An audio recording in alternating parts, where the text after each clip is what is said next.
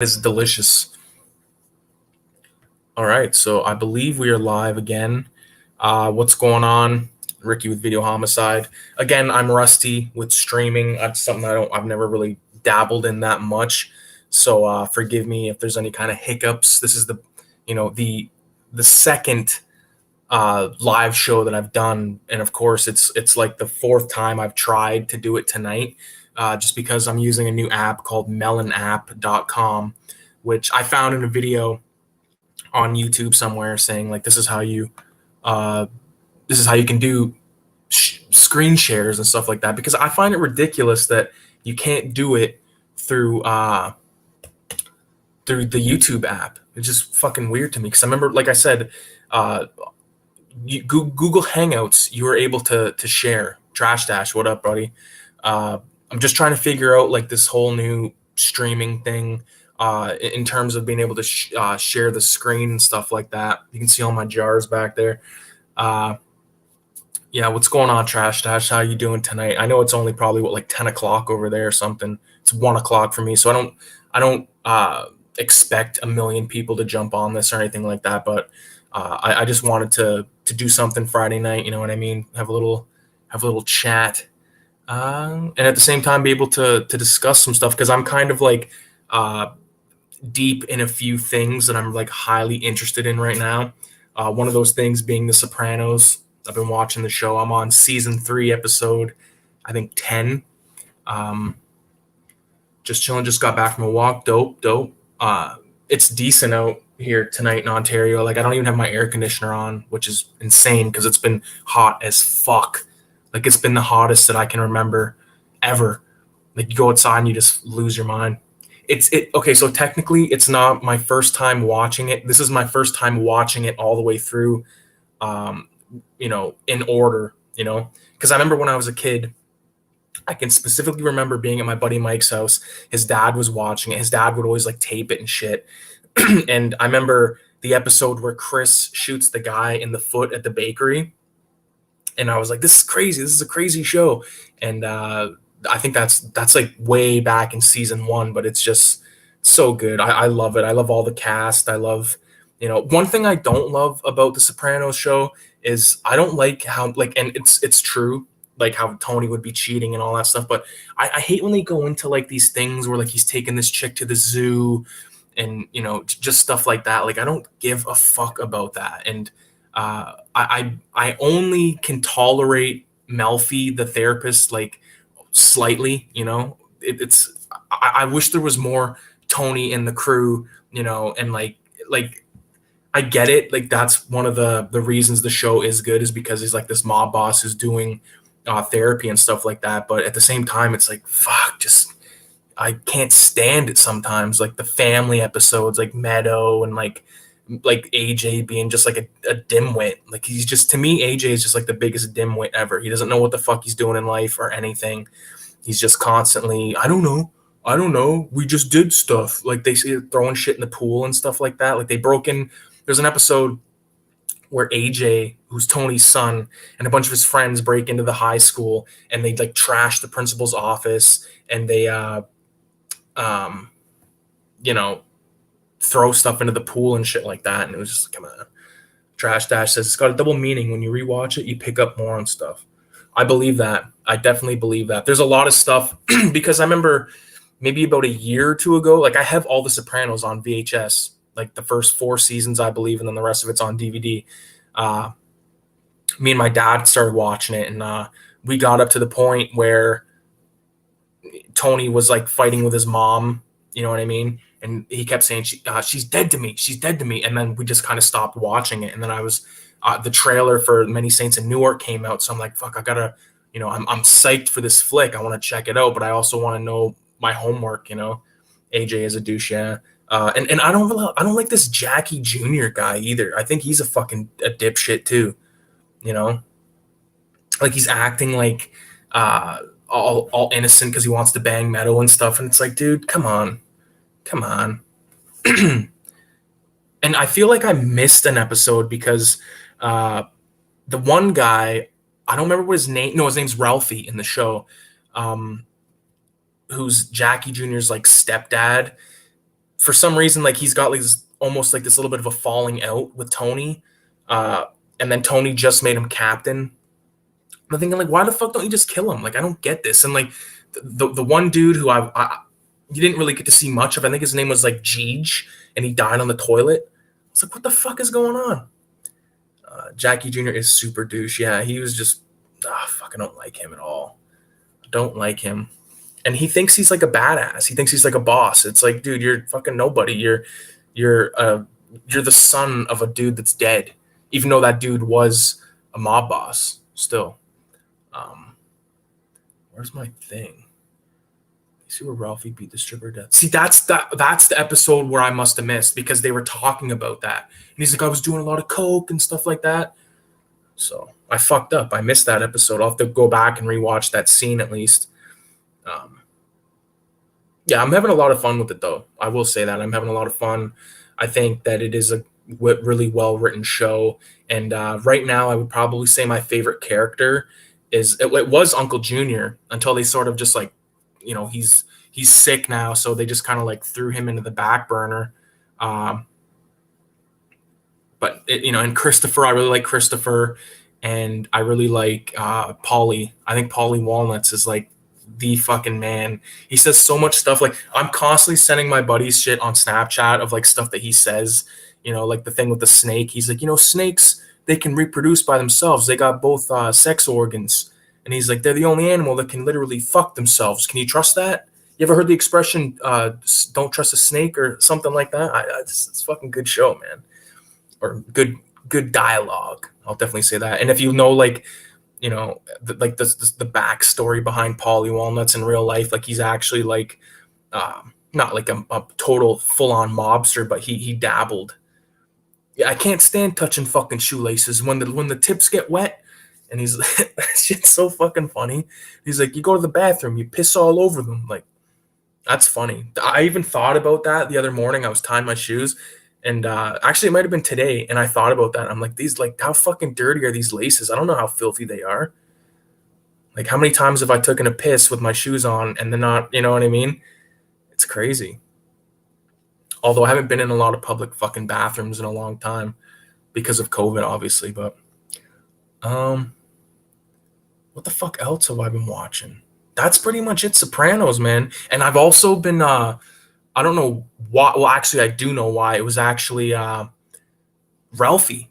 Okay, so Ralphie, Joe Pantoliano or something. I can't pronounce his last name, but I know him from movies like Bad Boys with Will Smith, Martin Lawrence, not the Sean Penn one. But there's in Grand Theft Auto 3, he does the voice for Luigi. And I was like looking that up. I was like, what do I know this? Like, I know this actor, but what the fuck do I know his voice from? And yeah, he's Luigi in Grand Theft Auto 3. So I started looking up the Grand Theft Auto universe, like on Wikipedia, for fuck's sakes. And I know there's other way better websites. Like I want to dive into some like, Reddit stuff. Like I'm not big on Reddit and these types of sites, but I know that there's a lot of like valuable information about stuff that I love. And I know that, there's like-minded people like me and you, Trash Dash I'm talking about. Like we love a lot of stuff and we like to talk about the stuff and, at the same time read what other people have to say about shit that we love. So, yeah, I've just been reading a lot about the Grand Theft Auto franchise and all that. Like, so I consider myself lucky because in 2001, I would have been 9 years old. Okay. But that was the year that Grand Theft Auto 3 came out. And Grand Theft Auto 3 was the first time I ever like really said to myself, man, I'm a fucking gamer. Like I feel like, but not like an online gamer, but like I love playing video games. He's in the Matrix, Midnight Run, lot of stuff. Yeah, I know his face from like tons of stuff and like his voice especially, but anyways, so I'm like 9 years old. I might have told this story before, but I'll say it again real quick. So when I was a kid, 9 years old, my cousin lived right across the hall from me in the apartment building that we were living in at the time. And a family friend had lent, he was like going on a vacation or something, but he lent my cousin Chris his PlayStation 2, copy of Grand Theft Auto 3, and something else that we never probably a racing game, I assume, but we never got to the fucking racing game. But one thing, we never had a memory card. So we played the first like 5 missions or however many missions of the first Grand Theft Auto 3 like multiple times, so we knew all the dialogue and stuff, and that's why I remembered Luigi's voice so much, because no one messes with my girls, like that type of shit. If you know Grand Theft Auto 3, you know what I'm talking about. I just fell in love with this universe of like, because I was already into crime movies and all that kind of shit, and this just really added gasoline to the fire, because I got super super obsessed with the fact that this is the first kind of game I've ever played where you can just go and do whatever you want. You don't have to play the game. Technically, you can just drive around, shoot stuff, and like that was a big part of it for me. I would drive around and like and play the game, but be playing in my head at the same time, like these scenarios. And it was just fucking awesome, man. Like I specifically remember when I think you get to the second island, when I think it's the car called the Voodoo, and I'm pretty sure it had hydraulics in it in Grand Theft Auto 3. I could be wrong on that, but I just remember like driving around in that car and just thinking I was like badass. Horror DVD Devil 333. Hey Danny, what's going on, buddy? Tim. Okay, so this is a trash dash, buddy. All right, what's up, Tim? We're just talking about fucking Grand Theft Auto for a little bit here, because it's just something I've been totally obsessed with. I'm just kind of running through the ones that I played. So Grand Theft Auto 3, or Grand Theft Auto 3 rather, it was just so mind breaking to me, or not mind breaking, but just like it fucking created this whole new like feeling for me. Like it was this whole new way of like a role playing thing, because I was never big into like role playing video games, but like I heard the term and I thought that was like something you did in your own head. So like I'd be pretending that I'm driving around, I'm like going to do, like, murder this guy or something, and just, or I would shoot like the same guy. Cause like in Grand Theft Auto 3, a lot of the AI look exactly the same. So like there was that one guy specifically that was dressed up almost in like a trench coat, and he had like a hat, like a Freddy Krueger kind of hat. And I always used to kill those guys. Super fun. So, and like I said, to put that in perspective, I was 9 years old when that came out. So I never beat the game until like a good couple of years after the fact that I owned it. And I remember I got a buddy of mine, Mike Scratch, who lived in a couple apartment buildings away, like because I lived on this street that had like 6 apartment buildings, like boom, boom, boom, boom, boom, boom, boom. And he lived like way down near the last one. And I remember I lent him my memory card, and he beat like this really fucking hard mission for me. And I was like, yes. But like I thanked him for that. But at the same time, it kind of fucked me over because I missed out on, getting there on my own. And that was one thing that I made a point of when probably about 3 or 4, maybe even 5 years ago, when I played Grand Theft Auto 3 for technically the second time in my life. I played it all the way through, beat it on myself, no cheats. And it was like a good satisfaction thing. I never played 3, just Vice City and San Andreas. Well, play 3, man, because 3 is super like mafia shit. Like Frank Vincent, Frank Vincent does a voice in there. There's just so many memorable characters. 8 Ball. I got GTA 2 for PS1. See, that was a little before my time. I remember a buddy of mine, Jamie, he had like a 3-pack of that. And I just remember being like, yeah, but those games suck. I was like, those games are fucking lame, man. It's like this top thing. It was just, to me, it was like going backwards. You know what I mean? Because like I came from playing, I had a PS1, but the only games that I had on it that were any good, I had like Twisted Metal. I had those little Army Men games and like Crash Bandicoot. And that was like it for me. But once Grand Theft Auto 3 came out, I was like, man, I'm not going back to those old fucking games. Those games are bullshit. I wish I could. I don't have PlayStation anymore. Do I like GTA 5? I played GTA 5 when it came out, beat it, and that was it for me, because I don't, I was never, and still am never big on live, playing these games where it's like online and stuff. I like to play the story and, beat it, and then that's it.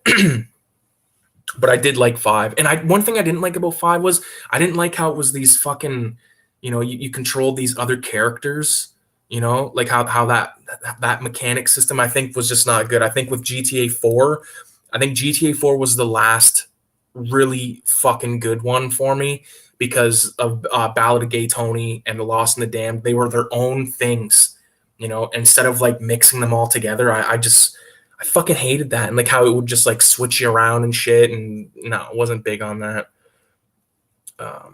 Twisted Metal is the shit. Danny, I think we talked about this last time. Okay, here, I'll actually put the video on the screen because I can now, which is awesome. Twisted Metal toy car custom. I don't know how the fuck. Here it is right here. Okay, so I'm not going to be able to include the sound on this video I'm about to show because it's going to distract me, but I want to give you an idea what I'm talking about here. Boom. Okay, so check this out. This is like a fucking little Hot Wheels car that this guy's customized. Fuck. It's like at the end of the video. Okay, so this is the original variant of it. Just making sure that it's showing it. Oh, here we go. Boom. There we go. Okay, so that's the original car. Just making sure it's on there.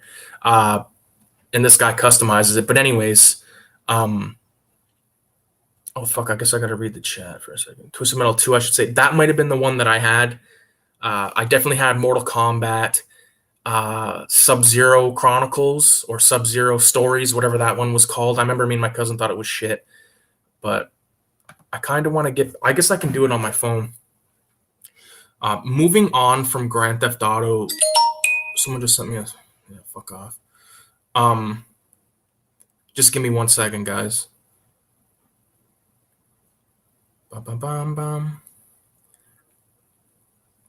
Because I really am digging this Grand Theft Auto talk. In GTA Vice City, there's a Scarface Easter egg. I believe it. I believe it because I know there's a lot of shit. I remember back in the day, I had the manual for the game, like the strategy guide. I thought it was so fucking cool. I don't think it was in the strategy guide, but there was a really badass thing. I don't even know if it was real. It could have been a mod, but this guy like found Leatherface out in the woods somewhere. Look, like if you know what I'm talking about, that's pretty dope if it was legit in the game. Okay. I'm going to kind of fast forward this to get to like the cool shit. There we go. See, he's like airbrushing it and all that, turning it into the ice cream truck, which is just badass. Moving along to bam, bam, bam, bam, bam, bam, bam, bam, bam. Titles. There it is. Okay, so moving on to 2002, which would have made me 10. Grand Theft Auto Vice City comes out. I remember getting it for Christmas. Probably wasn't that Christmas. It might have been. I think it might have been out a little bit. But my God, what a fucking game! This, to me, Vice City was like Scarface. It was like playing a Scarface game. And I gotta quickly mention the Scarface game that they made for PlayStation 2 was like Vice City, but better, in my opinion. But with Vice City, you're getting, you know, hardcore, like legitimate actors like Ray Liotta doing the voice, Luis Guzman doing the voice. Who else?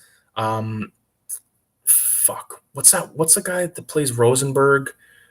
David Fincher or Fichtner, whatever the fuck, you know, the guy that was in the Ninja Turtles movie recently. He was also in Armageddon, but I loved it. I thought it was so cool. I remember as soon as the movie or as soon as the game started and the cutscene, like it shows that fucking, you know, all those mobsters sitting around the table and they're talking shit. And there's like a guy in the back, like in the meat freezer hanging from a hook. I was like, this is so cool.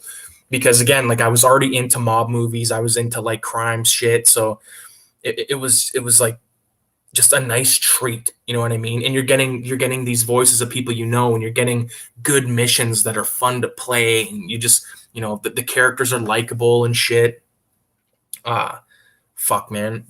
I was obsessed with Vice City for a long time. I actually never beat it back in those days, which sucks to say. I do own it, but matter of fact, pretty soon I'm going to go grab my stack of PS2 games and just kind of go through them with you guys because there's some shit to talk about. I'm trying to think of some stuff from Vice City that really sticks out in my head. I remember that like early in the game where you got to like get the cell phone from that chef guy. I always thought that was cool. but yeah, I could probably talk about Vice City a lot, but again, I need to replay it, rebeat it. Moving on to 2004, I'm 12 years old. Okay, this is no bullshit. Me and my cousin Chris, same one that was lent the GTA 3 back in the day. Me and him, I think it was when EB Games, which is like the Canadian version of GameStop, first kind of came to Canada. I remember we went there and San Andreas was like stupid money, and we were like, "Fuck!" But we wanted it, right? I remember going on the websites and like, looking up all the trailers and like anything I could find about San Andreas. I was like looking up, and like the trailer I remember was fucking amazing. Like, I had that music and we were all hyped, and I specifically remember us going to the EB Games, not getting it because it was stupid money. We went down, like, because EB Games was in the mall that also had a Walmart, so we went to Walmart and there it was for $49.99. We each got a copy. We were the first ones at our school with Grand Theft Auto fucking San Andreas, and I remember just like not even leaving my room for months because I was just playing it, and there was so much to do. That was sort of my first, real, I guess, role playing game, if that makes, what I mean, because you could do everything. You could eat, you could work out, you could fucking do so much stuff that was just badass. Customized cars. I remember we would customize cars all the time, do the hydraulic thing, and I remember just taking over the neighborhoods, like with the ballers and stuff. Like, it was like a super, like, to me, being a kid that like knew about movies like Colors, Blood In, Blood Out, all that kind of stuff. I knew about these different types of gangs and stuff, and I was like, this is fucking heavy duty killer shit, man. It was so fun. The stories in the GTA games are awesome. I just kept playing to see the next cutscene. I usually just kept playing to see the next cutscene. Yeah, pretty much, yeah, because it's like a movie. It's like watching a mob movie or just like a super dope crime movie. Like, could you imagine?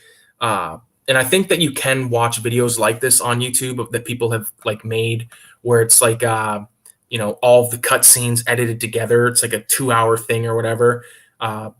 Personally, I'm not the type of person that can really watch video games being played because it just makes me really want to play them. But I can understand why people do them. I have been guilty of that in terms of if there's a game that I don't own, or there's a game that's like super, super expensive to buy, I'll watch some shit about it online. But nothing compares to playing it yourself, obviously. What else? What else about Grand Theft Auto?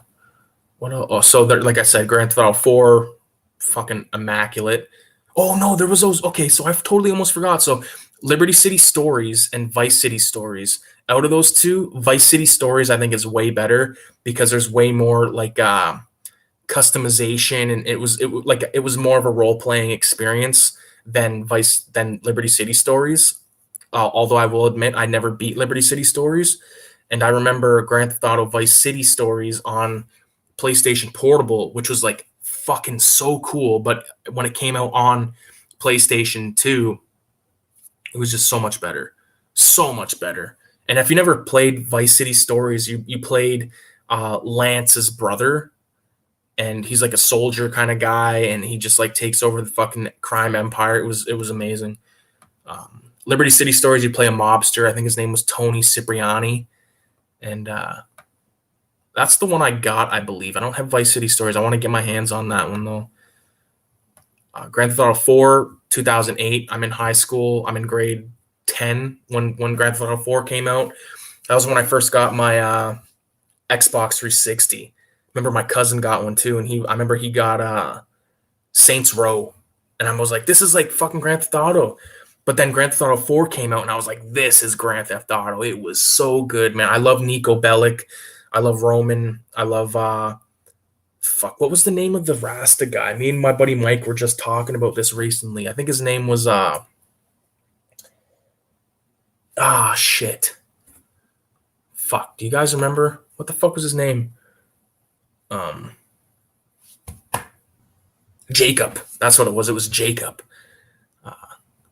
So Tim played GTA on PSP. Yeah, it was fucking dope. Did you ever have a modded? Let me stop sharing this for a minute. Did you ever have a modded PSP? Because those modded PSPs, you could get like fucking any game you wanted on there, essentially. Def Jam Fight for New York, the fucking Warriors game, the GTA stuff, like all that shit is just so good. Manhunt 2, I believe, was on there. Manhunt 2, those Manhunt games also made by Rockstar. Jesus Christ. I can remember playing Manhunt 2 on PSP at my dad's old apartment, like his second last old apartment. Like he's at the apartment he's at now. It was like 2 apartments before that. I'm playing it on the couch. This like baby face appears on the screen when you're like crawling in the basement. I turned it off. I said, forget it. Can't do it. Can't do it. I was never big in horror games.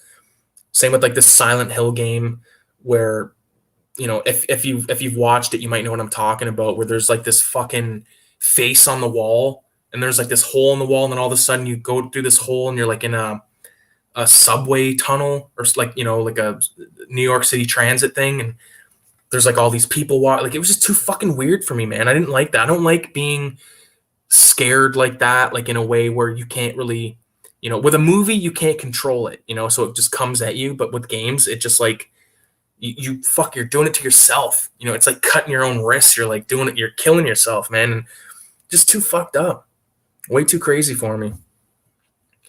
Maybe now, you know, it might be a different story, but back then, Jesus, man. Yeah, you should, if you're into those kind of games, check that one out. Like Resident Evil, all that stuff, never got into. I remember, I actually think I might have owned Resident Evil 2 on PS1 back in the day, but I was young as fuck, and I couldn't wrap my hands around, or I couldn't wrap my head around the controls, because it was that weird sort of, you know, what do they call it? Like the tank controls or something like that. It's just very weird and awkward to do. But like I said, maybe now it might be a different story. I just want to finish off my little GTA thing here. So yeah, there was GTA 4, and then the 2 downloadable, or the 2 expansions, Lost in the Damned and Ballad of Gay Tony, were just fucking awesome. Lost in the Damned was like a biker gang thing where the motorcycles handled way better, and like it was just like fucking cool. Ballad of Gay Tony, you're like this second in command guy to a gay nightclub owner who's like an ex like street thug, and fuck, it was cool. Grand Theft Auto episodes from Liberty City. Oh, that must have been the 2 DLCs, and then GTA 5. So there's a total series sales of 235 million. That's nuts. That's nuts. I think Grand Theft Auto 3 is like the Super Mario 3 of my generation. You know what I mean? Where it was like super fucking. Have I played House of the Dead? I've played the arcade version in Niagara Falls, but I've never played like the console version of it. I do have the movie, the Uwe Boll, or Uwe Boll, whatever the fuck that guy's name is. I have that movie. I think there was actually a sequel. I don't have the sequel. Never watched it, but maybe now, you know. I do have a modded Xbox, like original Xbox, so I could get those games and shit on there, but Trash Dash is back. Good man.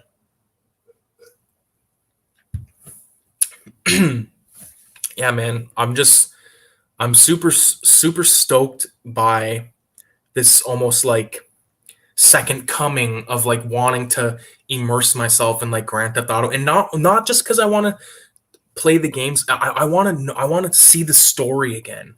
I want to see the story unfold. I want to see the cutscenes like we talked about. I just want to like immerse myself in that scenarios and shit again. Even the missions I hated when I was a kid that I could not get past.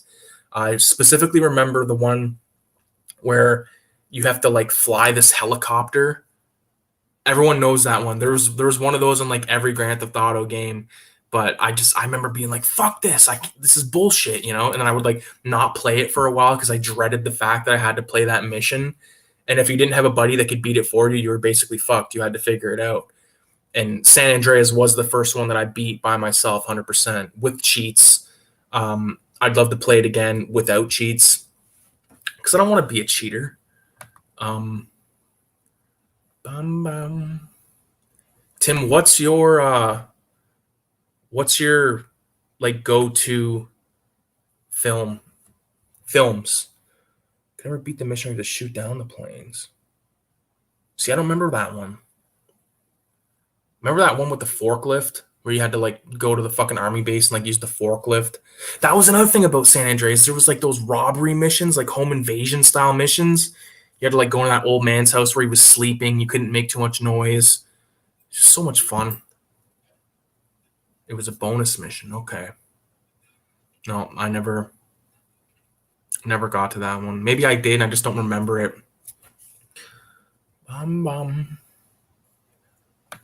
Yeah. Grand Theft Auto, man. Just such a good fucking series. Also, Grand Theft Auto San Andreas was one of the writers was DJ Pooh, which I think is awesome because DJ Pooh, of course, was I believe he wrote Friday. You can play GTA 3 on your phone. That is, I'm glad that's an option, but I would never be able to do that. Driving for Uber Eats is a lot like doing San Andreas missions. Oh man. Yeah, DJ Pooh is hilarious. Have you ever seen The Wash? Have you seen that shit, Danny? Like the not Car Wash with like Richard Pryor and George Carlin and all that, but The Wash with Dr. Dre, Snoop Dogg. Was DJ Pooh in it? I think he wasn't in it. But goddamn, that was a good movie. I remember renting it from Starlight Variety, or actually my buddy rented it, and I was like, dude, what the fuck is that? I'm like, what is that? What is this movie? Because I knew about Car Wash. Like my dad was like totally into Car Wash. So I remember renting it when he got it back and just falling in love with it. That's right, he was the kidnapper. He was the kidnapper, and he did the census. The chick called from the census or whatever, and he's like, it's a chick from the census. It's so funny. And they're like Trey D was in that movie as one of like the gangsters or whatever. Eminem was like a crazy dude that like used to work at the car wash. I remember Chong is in the movie, and he's got like all these different weeds. He's selling Snoop Dogg, and he's got like all these big bags, and all of a sudden he has like this little tiny piece of weed, and he's like, this stuff right here, you know, it fucking I've been stoned for like 3 months on it or something.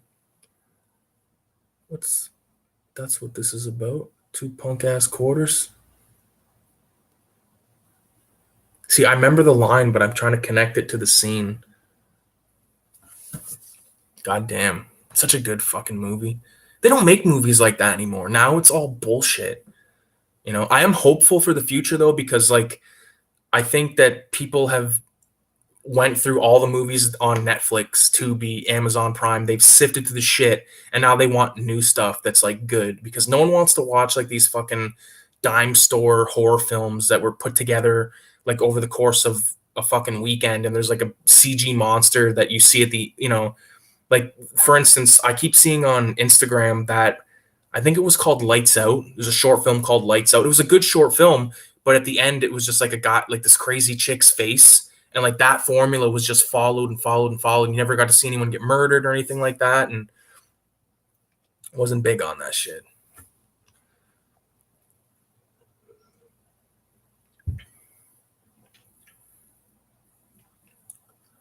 Oh, let me grab my stack of what the fuck are they called? PlayStation 2 games.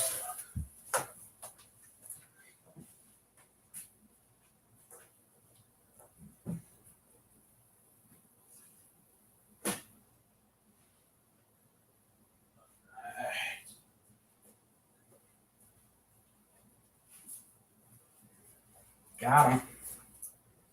I've got them. And Danny, I got something that you're gonna fucking love. My go-to movies: Return of the Living Dead, and all of the Friday the 13th movies and Child Play movies. We Can Be Friends, because I love all those as well. Return of the Living Dead, to me, first one I ever seen was part 3. I still got the taped copy my dad taped years ago. And I remember when I first seen like the first installment, I'm like, this is so fucking cool, man. I love the whole interaction between the, you know, the warehouse clerk and the young guy that I think his name was Billy or something that came to work for him, and the morgue guy, and just so many good moments in that movie, and the first one especially. Second one I really love.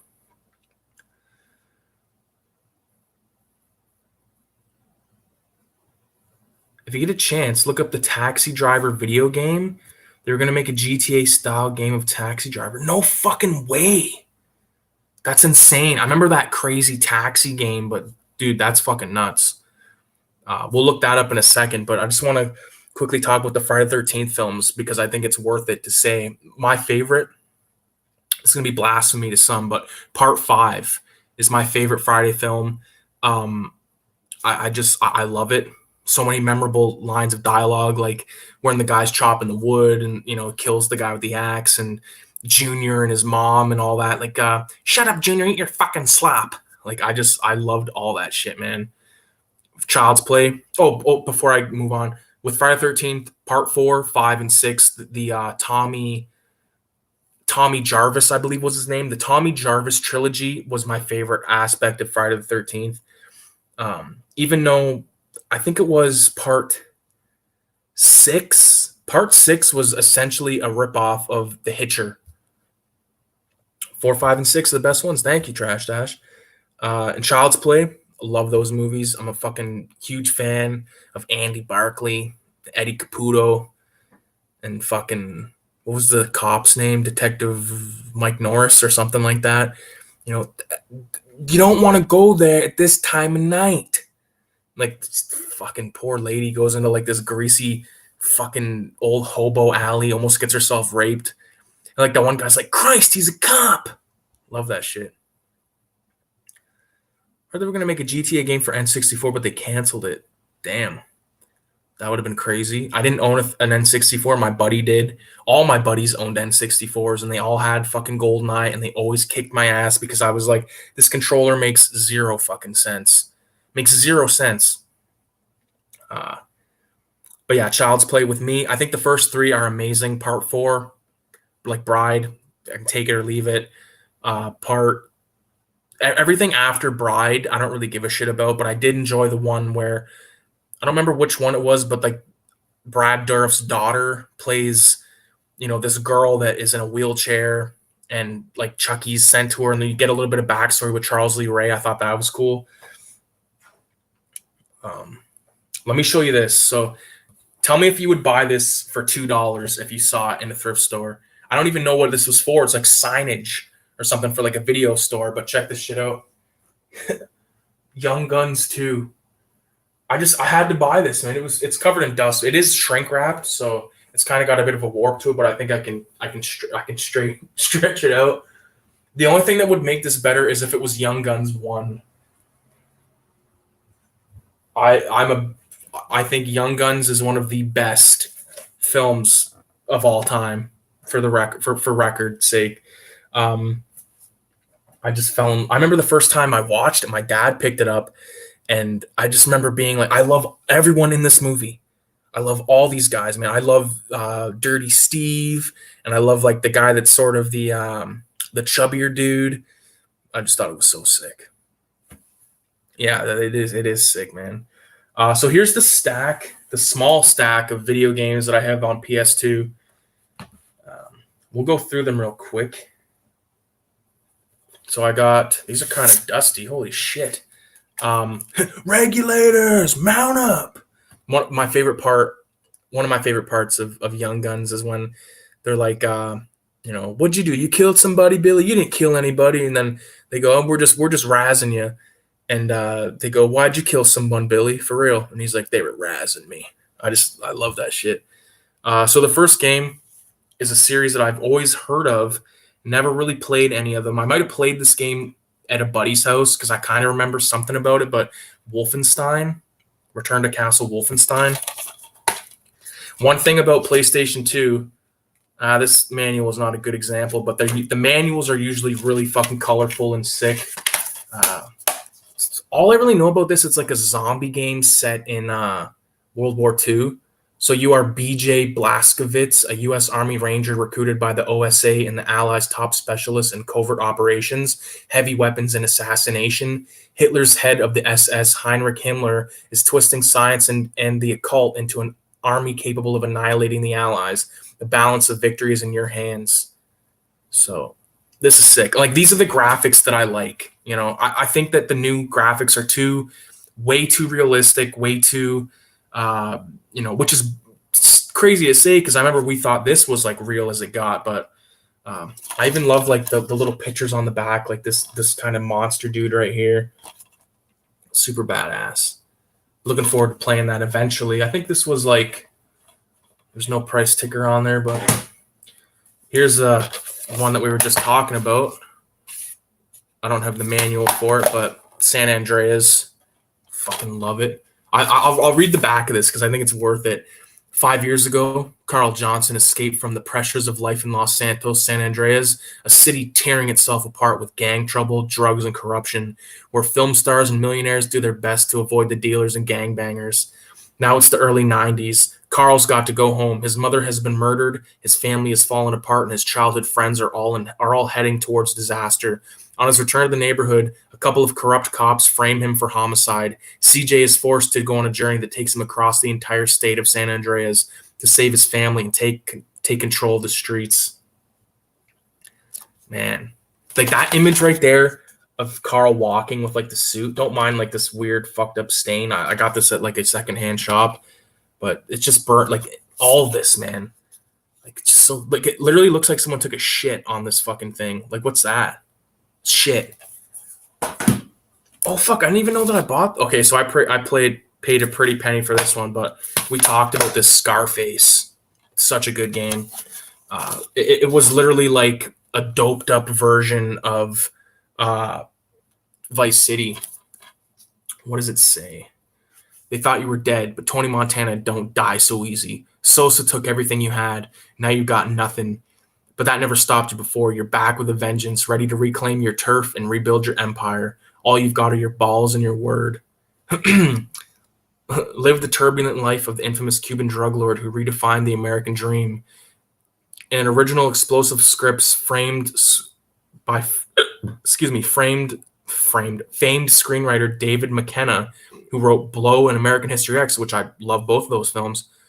Climb your way back into the top through savvy deals and brutal intimidation. First get the money, then you get the power, then you get revenge. Bury those cockroaches in blind rage mode.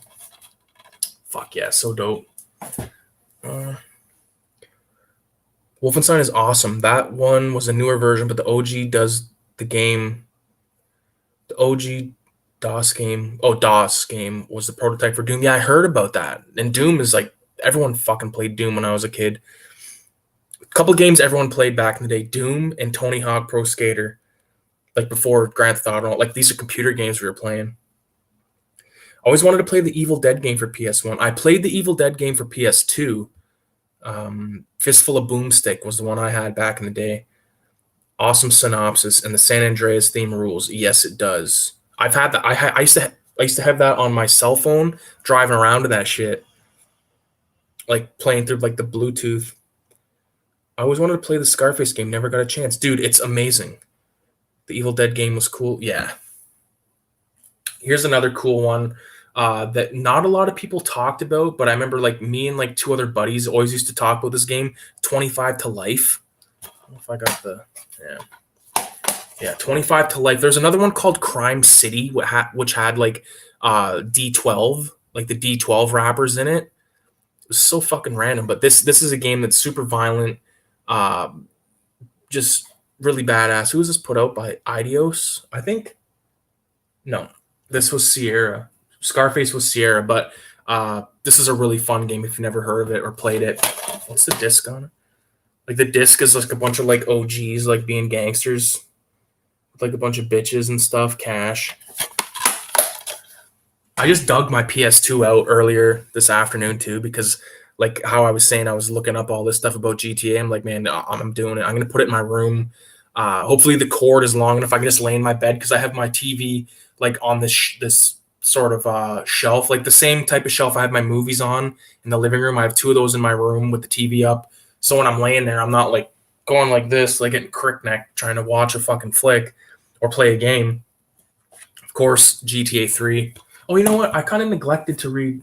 Oh, this one doesn't have a synopsis, so this is the game that started it all for $2. $2 that is burnt. I would almost consider getting that image of the gun tattooed somewhere on my body. Not anywhere visible, like maybe like here or something, but I would consider it if it was, if I was fucking crazy enough, if I was nostalgic enough, to steal your word there.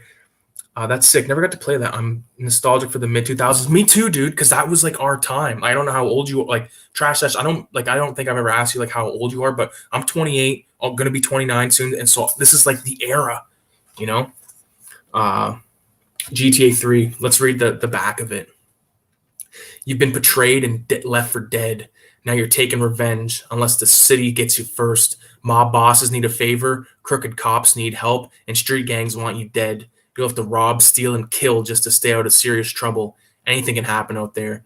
Grand Theft Auto 3 expands the very idea of what a game has traditionally been. A mafioso masterpiece, says Maxim. Amazing game. 35. At the time, I missed the 90s. Now I missed the 2000. Okay. So we're like in the same like realm. You know what I mean? Here it is, guys. Another $2 game. Grand Theft Auto Vice City. Still have my original GTA on PS1. Toad's in the house. So we're just talking about like fucking San Andreas and Grand Theft Auto games. The posters even in this bitch. But this is what I'm talking about. Like, look at this. This was like a brochure, and it had like all kinds of stuff in it, like about the city. I remember reading these like all the time. Like if I was like taking my games to like my dad's or something like that, it was one of the real times where I would actually go through these and read everything about them. Yeah, badass. What's the back of this one say?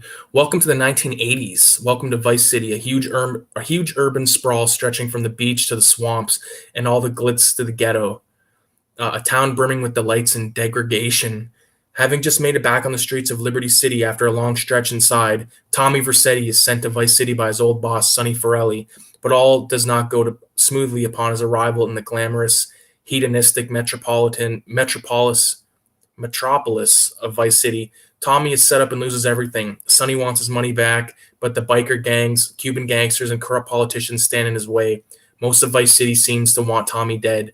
His only answer is to fight back and take over the city himself. So this game was so badass because it had, like, you could use chainsaws in this game. Like, I remember the one where you're chasing the guy on the roof with a chainsaw, and man, it took number 3 to another level. The samurai sword, all that shit. I remember this stuff. So it was so many like nods to good movies, like the Chainsaw, Scarface, Samurai Sword, Pulp Fiction. Like, you get so many good vibes from these things, from these games. Meanwhile, GTA 4 is 10 years old now. We only got one GTA for the entirety of the Xbox One. Yeah, and that's bullshit. Make another one. Fuck all this DLC. And to get on to the next topic, Red Dead Revolver. Never played this game back in the day. Never even seen the cover. Or maybe I did, but I never checked it out because I meant, like, there was a time when I wanted every Rockstar game, had them, sold them like an idiot. That's why I rebought these like in the last couple of years, just to have them so I can replay them down the line and stuff. And, also, how we're collectors and shit like that. We like to have stuff on the shelf. GTA Vice City soundtrack is good. You're goddamn right it is.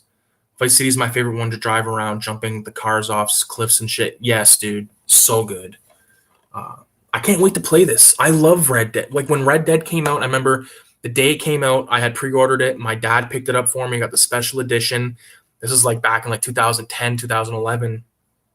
I fell in love with the game, man. Fell in love with it. So I got to check this shit out.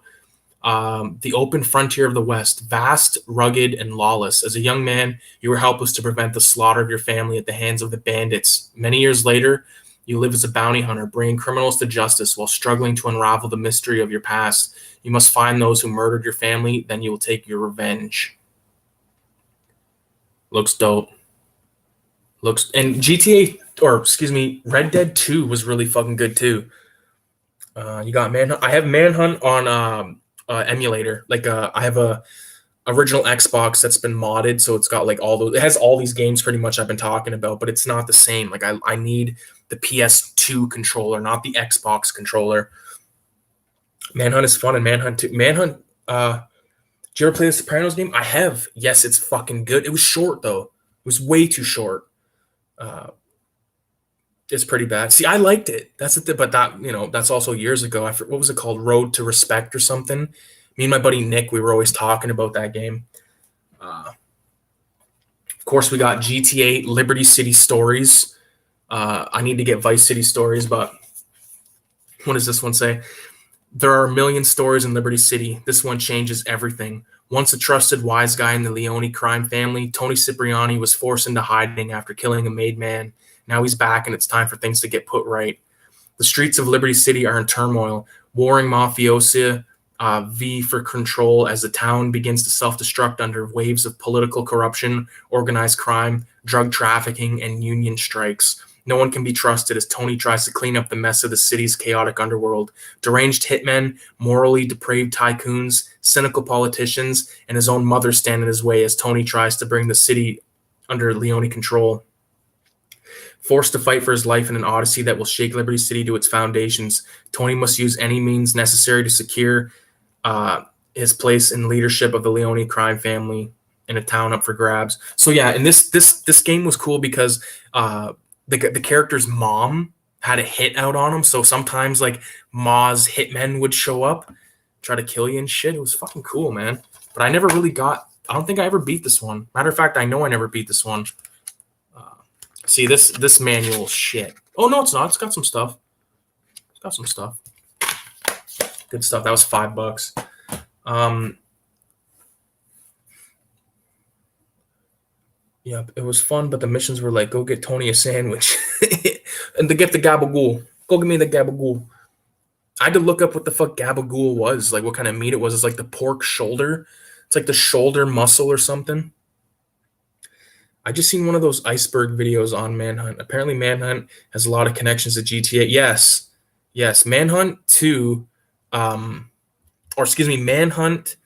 I remember my brother had lent me his PS4, and I bought Manhunt and I think Max Payne or something like that.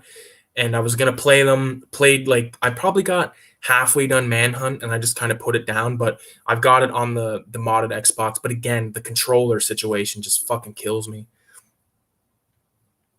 And like Manhunt is like it's like a snuff film. It's like Snuff meets GTA, and it's fucking amazing. Do you like newer movies on VHS? Yeah. Give me an example. Like not modded, but like something that someone has made, because I've done that personally. But I do know there's like things like Lunch Meat VHS, retro. Fuck, there's like a bunch of like retro-y companies that put stuff out. The Warriors game was pretty sick. You're fucking right, it was. Here's another $2 one that I never played or heard of. I remember seeing the cover, but I never played it. It's called Trigger Man. $2. What's it about? Don Caligiango always treated you as a son, taught you the old ways and codes of the family. Do what you got to do, but protect the innocent and never let the cops get wise. His rise to the top brought on an unofficial truce amongst the bickering crime families, but someone has designs on ruining that peace. Someone killed rival Don Matagiano's son. Now he blames Don Caligiango, your mentor, calls on your loyalty to thwart an attack by him. It's now up to you to keep this little conflict from erupting into a full-scale street war. Triggerman puts you in the shoes of the underworld's toughest mob enforcer. You'll have to work fast. All you have are your wits, muscle, and brute force. 8 mobster missions in the name of this family engage in the destruction of a rival gang's operation, intimidation or assassination of witnesses and rival mob leaders, and wounding a soldier here and there as a message to his boss. So this looks pretty fucking cheesy. But I'll check it out eventually.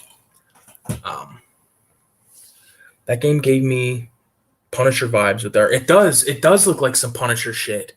Pancake Poppy, thanks for joining in.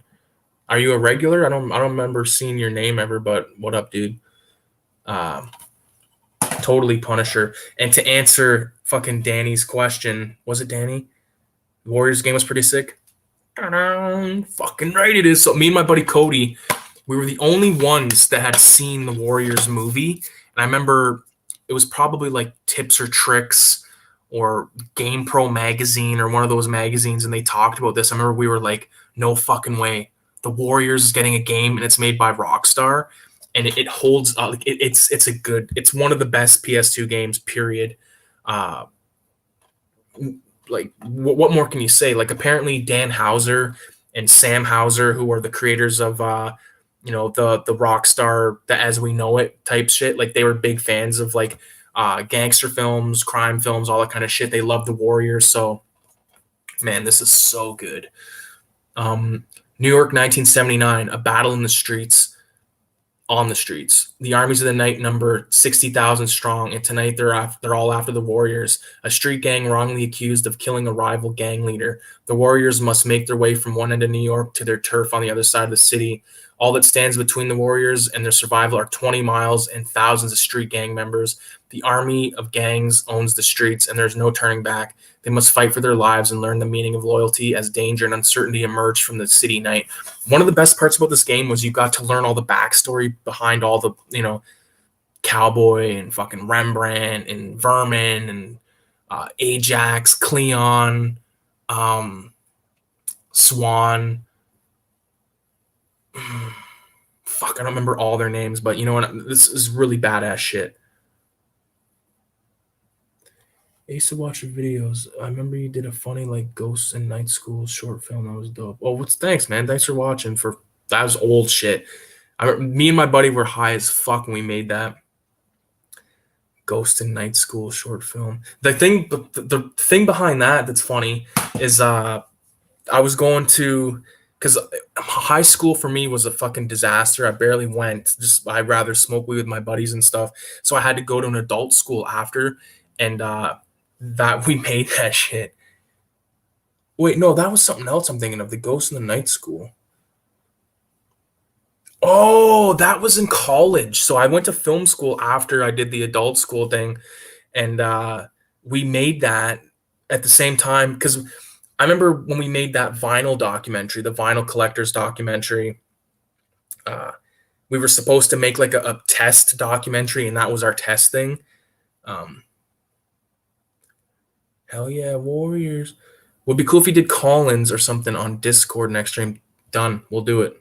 I just got Discord on my phone for something else, and I still don't really know how to use it or anything, but we'll figure that shit out. I put my short films and I had hand draw the covers.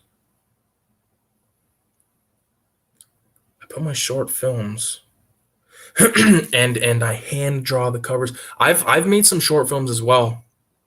Like quite a fucking few, and I've submitted a bunch to film festivals and stuff. I had a film play in Japan at the Bloodstained Horror Film Festival. I've seen my movies at fucking drive-in, like in between Pieces and Evil Dead. My short film played. It was fucking insanity, dude. But yeah, we're definitely gonna do that. And like I've talked about in the first live stream or live show, that we were gonna watch my short films and talk about them, kind of thing like this. So that'll be in the next one, just because it's kind of like, it's kind of like a big deal to me, that type of one, and I want to really have a bit of notice for people, because these are just kind of like, spur of the moment type shit. But the Warriors game, before I forget, what I wanted to say was I loved how much it expanded on the movie, and it's just fucking good. I think it was called Ghost School mockumentary. Yeah, that's what it was. Taylor Pleward was the guy that shot it. He also shot my vinyl documentary. That's a good one too. You should check that shit out if you haven't seen that one. Yeah, man. That's like, in terms of other games I want to get for PS2, I want to get the Max Payne games. There's a really good game called Mark Echo's Getting Up, which was like a graffiti video game, and it was fucking amazing. So good. I wonder how much that is on Amazon. Let's go on.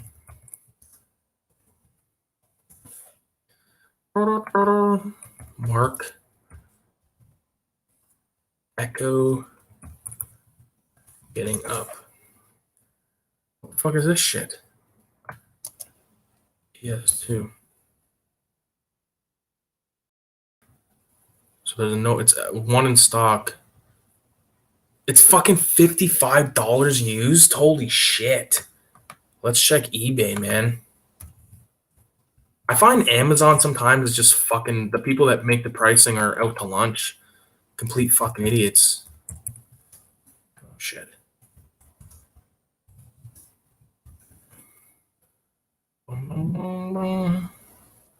That collector's edition, I actually owned that. I still have the little black book. So it looks like to get the game, it's basically going to be about $50, $31 plus 22 shipping. That sucks. But I mean, would I pay it? Yes. Would I like it? No. Oh, there's the limited edition for 65, but 30 shipping. Like, are you fucked? Oh, there's one right there for 17, but 30. So it's roughly $50. Yeah, that's kind of shitty, to be honest with you. But there's the disc only, which kind of defeats the purpose.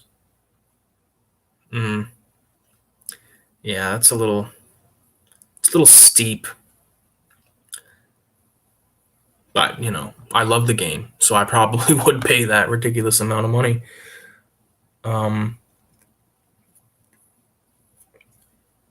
Is the PS2 the best of the PlayStation systems? I would say. I'd assume at least $25. Yeah, fuck. Well, we learned 50. Is that something you wanted to be a film director? Yes. I still aspire to do that. I'm actually in the middle of editing a film right now. It's a short film, but something I love to do. I literally love doing it. Maybe you can find it for PSP. Maybe, but I want it on PS2 because I'm picky like that. But yeah, I want to be a film director. I consider myself a film director, a filmmaker, not professional, but I have had some paid film gigs for different things, music videos, commercials, live performances, stuff like that. So that's, I consider myself, I've broke into the business, but COVID, like really, like I graduated in 2019. What would have been like this June or whatever of 2019, got a couple little film jobs, got a couple real jobs, and then COVID fucking happened and just wrecked everything. Like I've said before, I live in between London or Toronto and Detroit. 2 hours to Detroit, 2 hours to Toronto. I'm right in the middle. So there's work, but it's hard to get in because there's so many people trying to get into the business at the same time. So you kind of have to have like a really badass resume, badass demo reel, that kind of shit. It gets fucking tedious as fuck. I wonder if you can find GTA Vice City Stories PS2. What are we looking at, boss? $17 plus 28 shipping. See, that's a fucking rape, man. 28 shipping to ship a fucking disc? Like, come on. Pal, like there's if it's a blue container, then it's PAL. So I don't know if it'll fucking work on my thing because they're so stupid. Why do they gotta do that shit? PAL. An NTSA or some shit. Sony PlayStation 2 disc only tested Grand Theft Auto Vice City Stories. $62 plus $12 shipping. Suck it.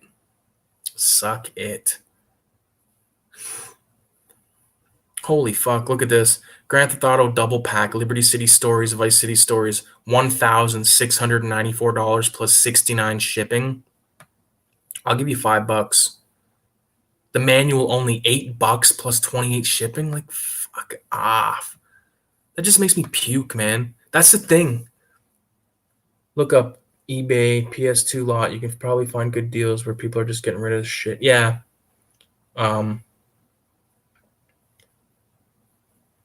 Maybe you can find a PSP. Who are your top 5 film directors of all time?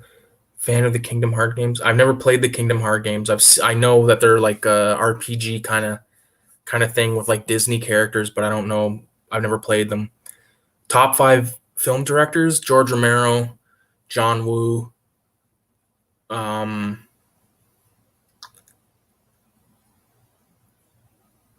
George Romero, John Woo, William Friedkin,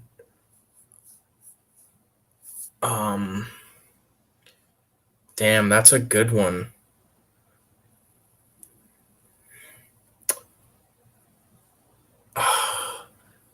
The guy that did some of those Hammer films. What the hell was his name? Terrence Fisher, I believe. So John Woo, George Romero, Terrence Fisher.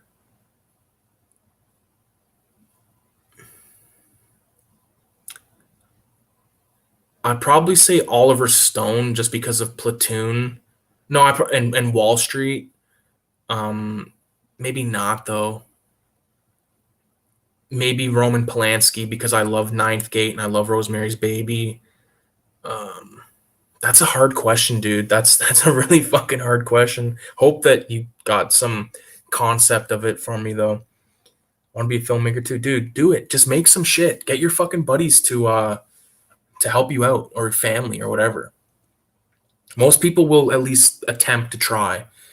My advice would be don't have any dialogue in the film. Just have it completely, visual. Do I like shot on video horror films? Some.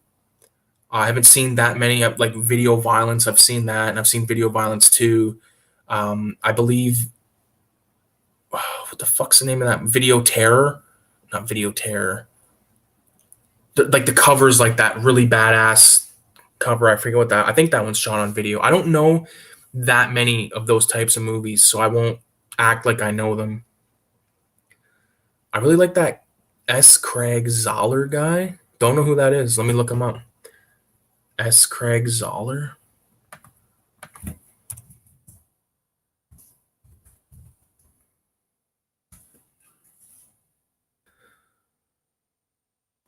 Yeah, I haven't seen any of his films. I've heard of Bone Tomahawk. I've heard of Brawl in Cell Block 99. Maybe I'll check those out. Yeah, seems like a cool dude. Born in Miami, Florida, so he probably knows a lot about cocaine. Bone Tomahawk was really good. Yeah, I want to check out that Brawl in Cell Block 99 because Vince Vaughn is one of those actors I really like, but I don't know. Like most of his stuff is comedy stuff, right? So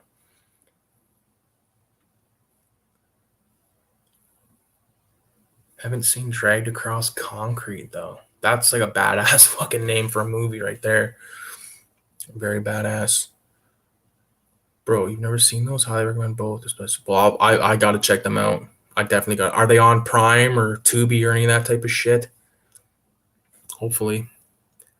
Hopefully. I don't mind spending money on movies like online as long as it's fucking good. Like the last movie I paid for online was Conjuring 3, and that was just a fucking the first like little bit of it was pretty dope, but the rest of it I was like, come on. I gotta take a leak, guys, so just give me a second here.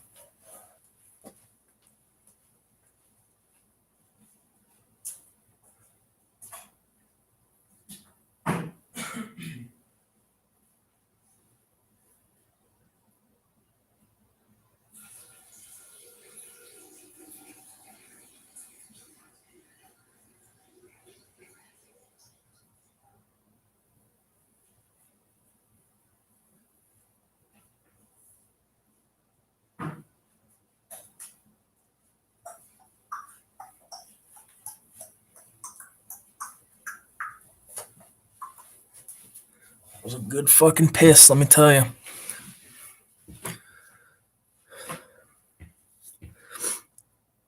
They're on 1, 2, 3 movies. Oh, I'm familiar. Tubi is the best. Tubi does have a lot of good shit. Toad says, fuck Hollywood. I agree. Fuck them. Underground. Underground is where it's underground with passion, not like the fucking, there's some movies that are shit that are underground, When I say underground, I mean movies like VFW, I thought was really good. I don't really, that's not like a Hollywood type film. I don't really think that Lighthouse was either. I don't know. Everyone has their own like sort of little shit they like, But I definitely say fuck Hollywood. I got this little badass right here.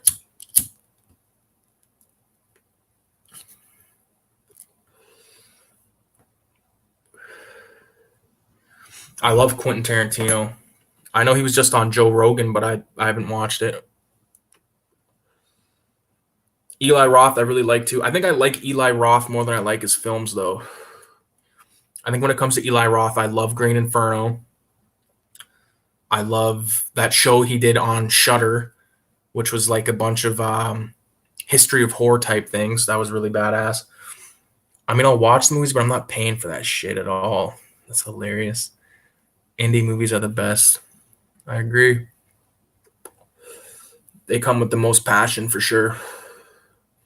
For anyone that's wondering, this is not a blunt made of tobacco. It is a blunt made of hemp. Because I quit tobacco in like October successfully. I don't crave tobacco. Well, sometimes I crave a blunt, like a Century Sam blunt from time to time, like a Dutch Master kind of thing. But these hemp ones are all right. I stopped smoking weed completely for like months, but I kind of like fell back into it a little bit. Tarantino was pretty dope. Yeah. I think his best was Django and Kill Bill 1 and 2. Django, Kill Bill, Reservoir. Like, I like all of his movies. Wasn't a big fan of that fucking Planet Terror one. But for the most part, I think he's pretty fucking good. Hollywood thinks they're better than everyone. Fuck them. I agree. Yeah, I seen the clip of that, but I was with, I think my dad was here, and we were just kind of like putting random things on, but I didn't get to listen to the whole thing, but it seemed like he was like being a little fucking weird about it. He seems to have a thing about Jackie Brown is really good. That new one is fucking awesome. I agree. I had a lot of fun with that. The fun thing about that was, what year did that come out?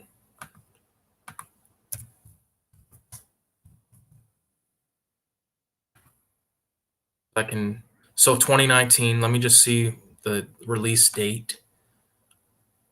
May. Okay, so funny thing is, when that movie came out, I had just finished college, and I took a terrorism class. Roots of Terrorism is what it was called, because I had to get like a, what the fuck would you call it? Like another class or something. And I wrote my final paper, or like, because I didn't really give a fuck about that class. I gave zero shits basically, but I did enough to pass, and I wrote my final on Charles Manson. And then like immediately after I got out of school, after just like thinking about Charles Manson, watching all these documentaries and stuff, that movie came out, and I was like, this is dope. So I knew all about like the Spawn Ranch and like Tex Watson and fucking Leslie Krinkwinkle or whatever the fuck, all those broads, Sadie.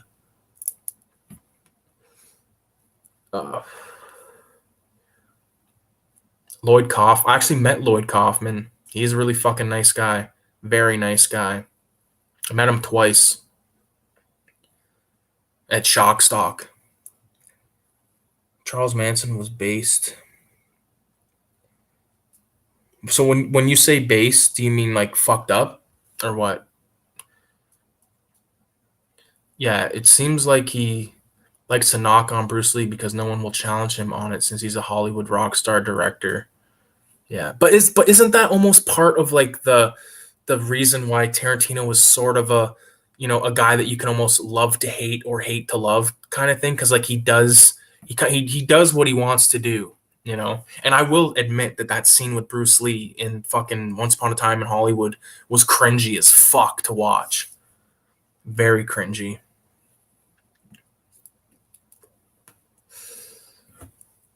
Some Wawa.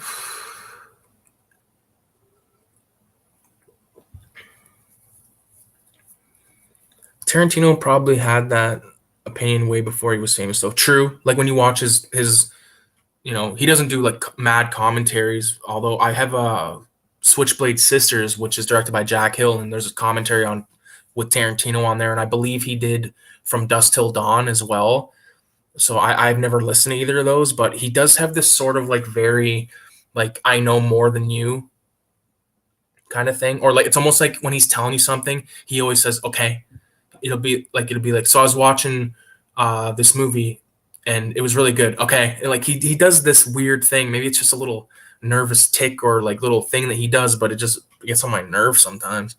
Like when you hear him talk, like I've heard him talk with people and he's like a total dick. Some people he's really nice. If he's around like any kind of like black people, he does like his whole like black, like he tries to like appease to it in a way. It's like, dude, just be yourself. Cause you come off as a fucking like a you're calling people Jack and stuff, and it's like, dude, like, come on. He's the video store clerk. Yeah, he is. He's the video store clerk. But like, and like, like guys like us, or gals like us that are into this stuff, like the stuff that we love, we know a lot. We know our shit. You know what I mean?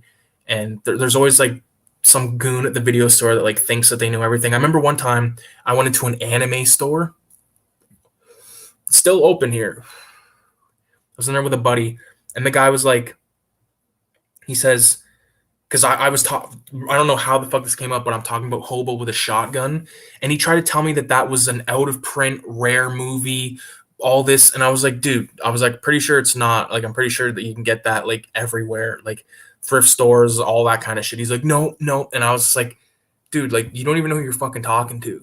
Like you know, I'm not hating on anime. My brother loves anime, but fuck you, you're talking that, I'm talking what I know what I'm talking about. And even if it is out of print, who gives a fuck? But I'm saying, I think he was talking about it was a shitty movie or something.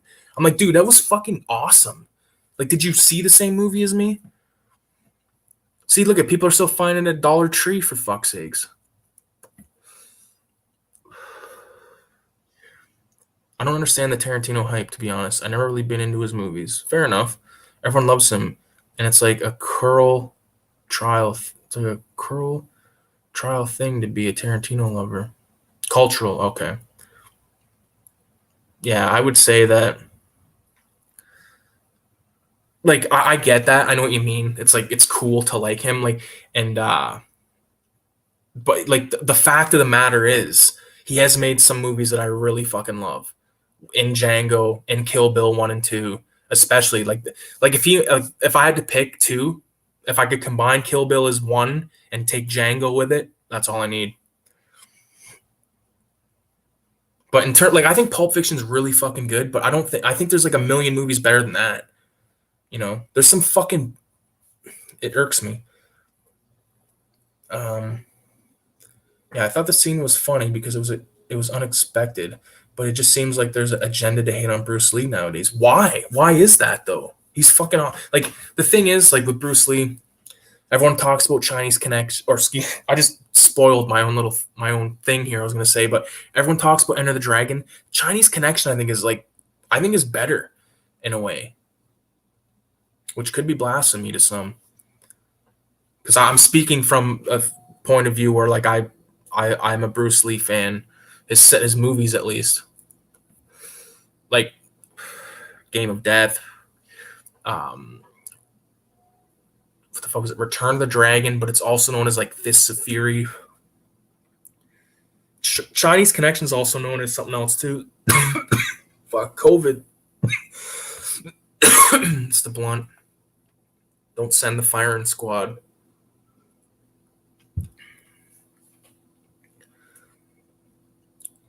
Hobo with a Shotgun is amazing. You're fucking right, it is, dude. So good. I noticed that too. When Tarantino's around black people, he starts saying things like cat and his manner. Dude, I know. Okay, so these cats come along and they're like, they just want to chill out, man. Like that, he does that kind of vibe, and it's like, dude, like, you watch too many movies, pal, and that's come from a fucking cinema addict. I like Tarantino, but there's a director who does his style better, Abel Ferrara. I know the name. I gotta look him up. Abel.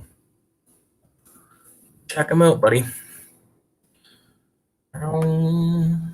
Bad Lieutenant. Oh, okay, okay. Here we go. Now we're gonna talk. I would take King of New York with Frank White, Christopher Walken as Frank White. I would take that over every Tarantino film.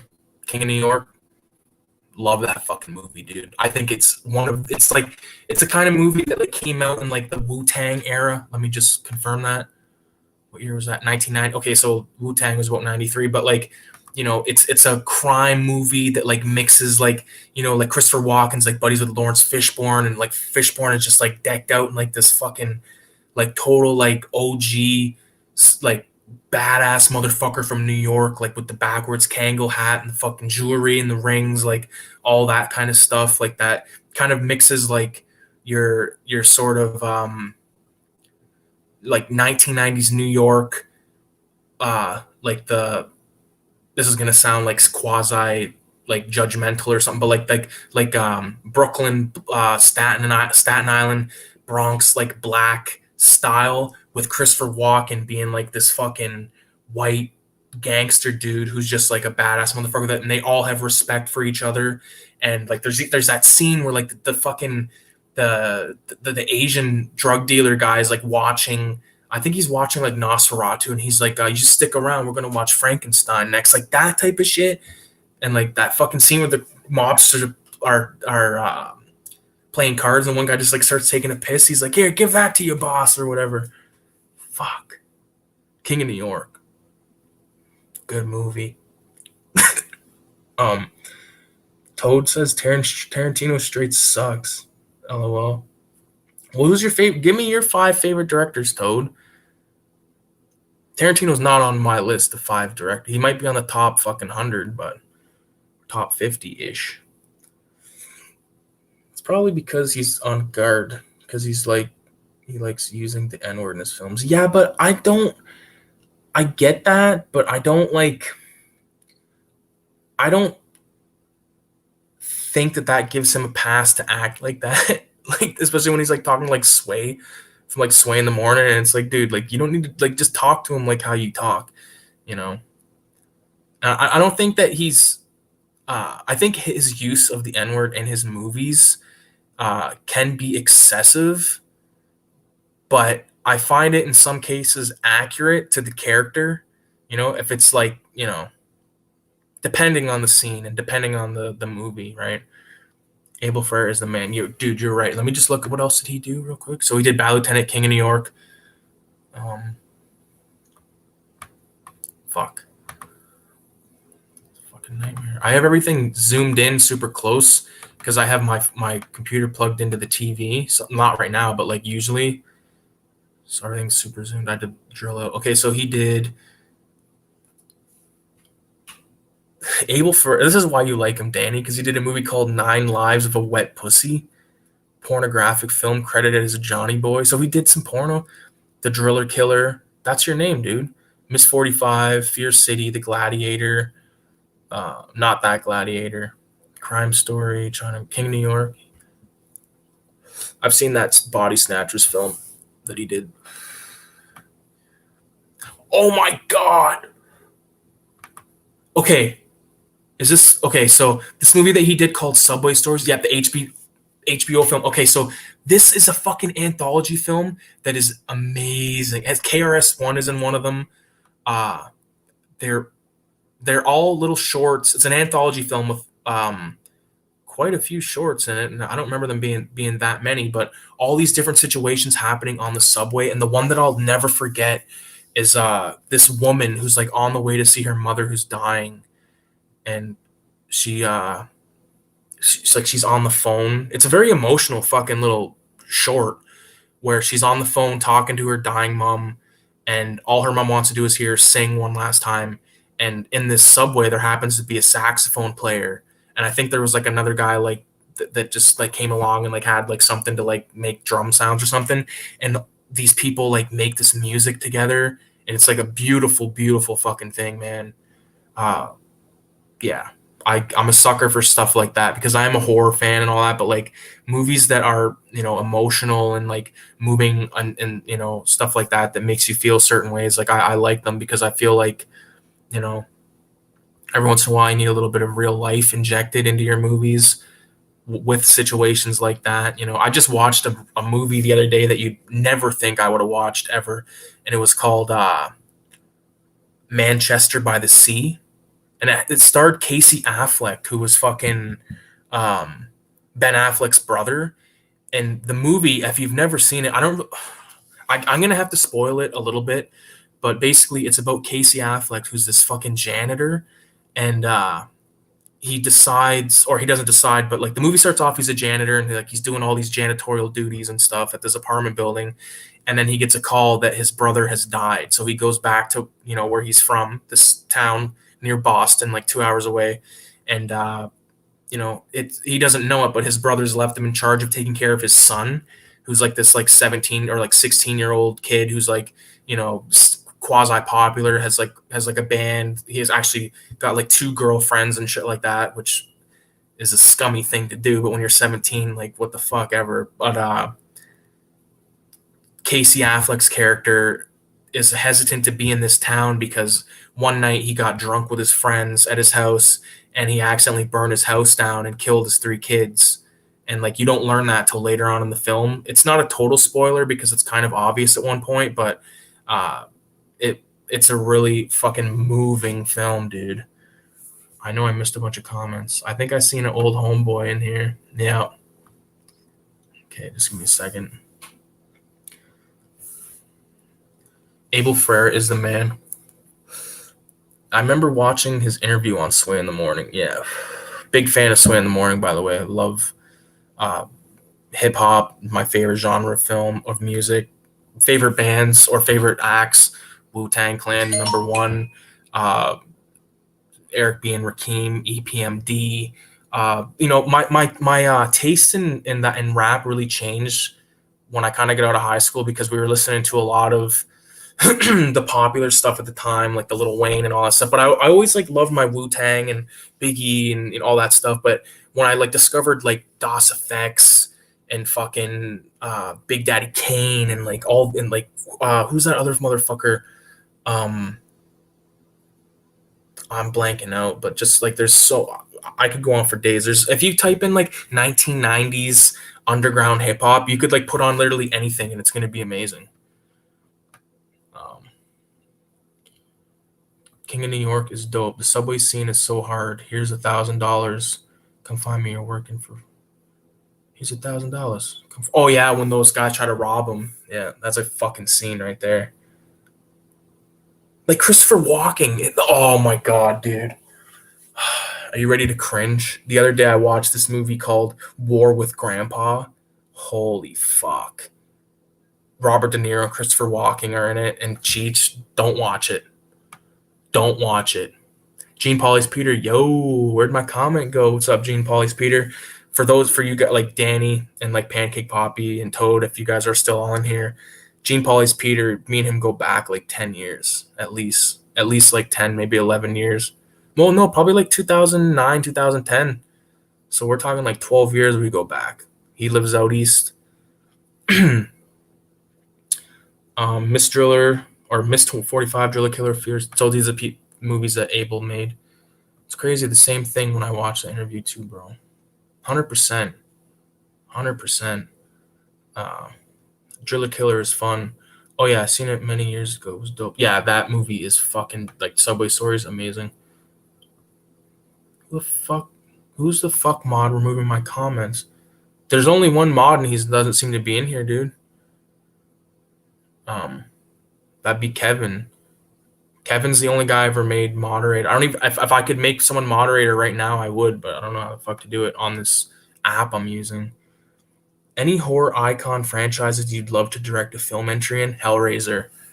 either Hellraiser or Jeepers Creepers. I really love Jeepers Creepers 1 and 2. Me and my brother fucking love that shit.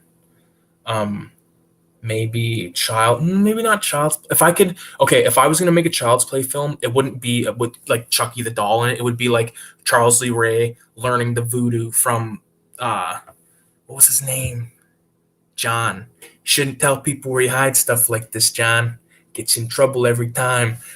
What would you do if I told you there's me and my brother reenacted that scene and I have a copy of it and I could show it to you motherfuckers? Any horror? So I feel like I gotta give you one more. Would you count like Gates of Hell, Beyond, House by the Cemetery as a franchise? Because maybe something like some Fulci type stuff. Someone's got to edit in footage into War with Grandpa of the deer hunter we're walking in De Niro playing Russian roulette. Dude, fuck. Here's we go, honest street right now. I've only seen that movie once, and it was like fucking years ago, so I don't even really remember what happened in it. Is everyone still here? Because it says that no one's in the room right now watching. Can you guys confirm if this is 666 in the chat if you're still in here? I knew there's gonna be fucking problems with this shit. Fuck's sakes.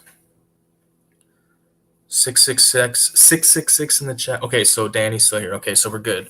See, now it's saying there's 2 people in here. There was 6 for a second there last time I looked, but okay, so you guys are still here. So okay, we're golden. What was I just talking about? Deer Hunter. Oh, the Deer Hunter. Yeah, so I watched that when I was really young, and I'm due to watch it again. I know the scene though. Jeepers Creepers films are dope, but the third one sucks major ass. I agree. I want a third movie, so dude, me and my brother, I'm telling you, dude, we were pissed when we watched that because me and my brother, like, he lives with this girl, and we don't see each other as much anymore, but we used to watch movies like constantly together. Like when we were like chilling, we were watching fucking movies like Lethal Weapon films. We were just talking the other day. I seen him today. Was it today or yesterday? I don't remember, but because the guy Richard Donner had just passed, so yeah. I don't know, man. Deer Hunter is a movie. I gotta check that out. I got it. I think I got it. I think I have like a double tape of it somewhere. I feel like I gotta check Facebook for a second because I think Sean. I know it would appear on my phone, would it not? Yeah, it probably would.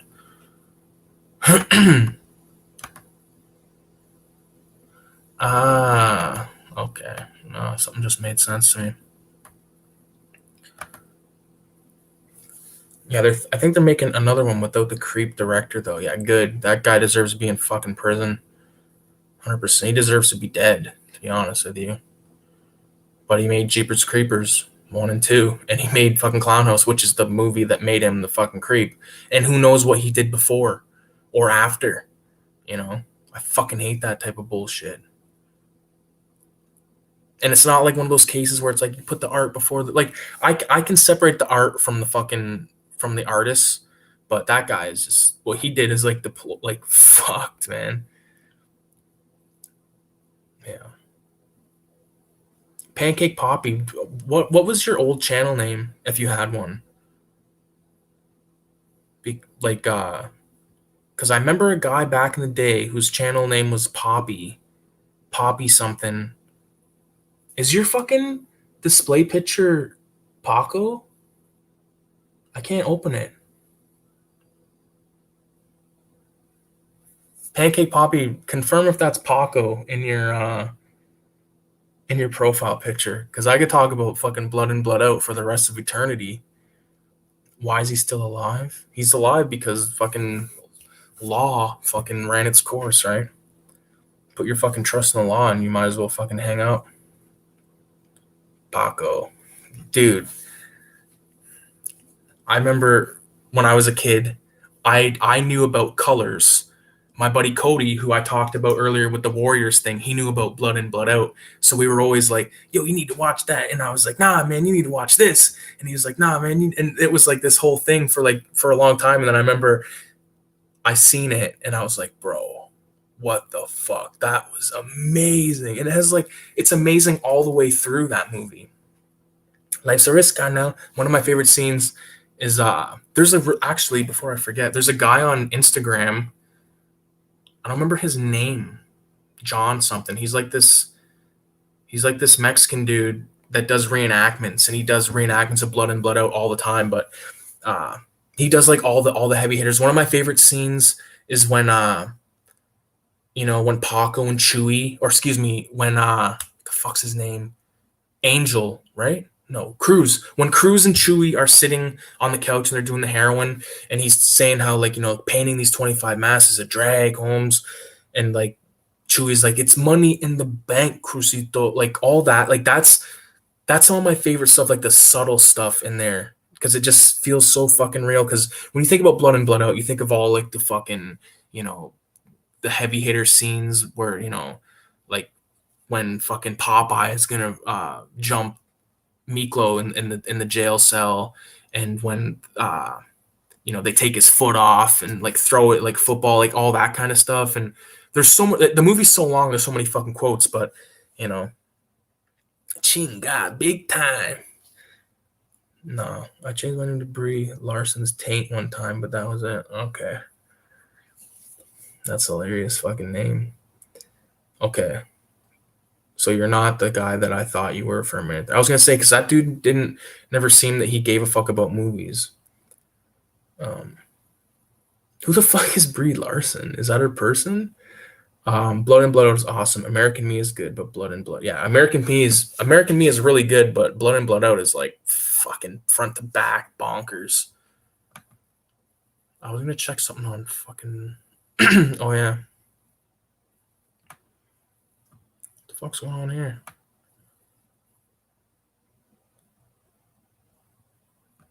Okay, I thought my buddy Sean was gonna be on Facebook. I can message him because he's saying his comments are being deleted. He's probably writing fucking foul shit, and they probably like flagged it.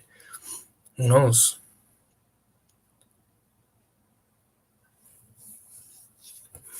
What else can we talk about? This is fun. Having a good time. Like Tom fucking Green in Roadhouse or Road Trip. It's the actress who plays Captain Marvel in the MCU. Dude, I know nothing about those. Have you ever seen American Gun? It's the last movie James Coburn did before he died. Nothing special, but a good watch. American Gun. Let me look it up. Oh, Subway Stories is in my search. Fuck, that's good. American Gun. The Rising Proliferation American Business. Oh, I might have seen this. I think I might have seen this, yeah. Maybe not. Sounds familiar. It looks familiar, dude, but I don't remember it. I want to see that one you were talking about, Strapped. Dude, Strapped.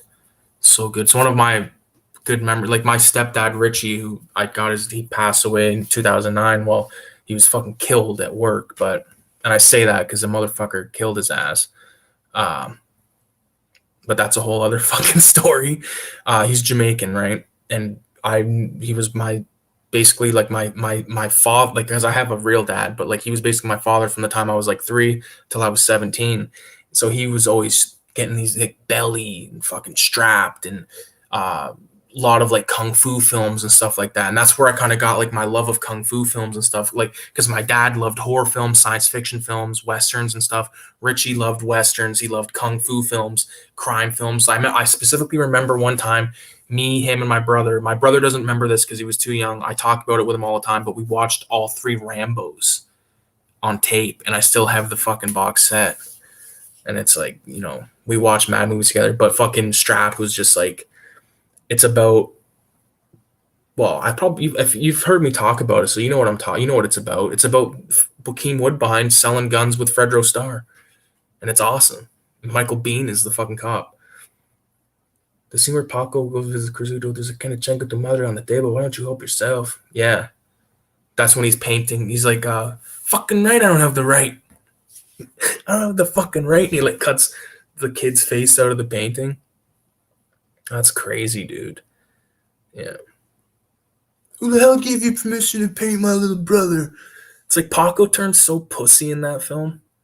Like when he shoots Miklo, like I remember the first time I watched it, I couldn't believe it. I was like, I can't believe it. And like it showed like the clips of like them shaking hands, and it's like Vatos Locos forever, right? And frustrating, dude. Frustrating. Because he was OG.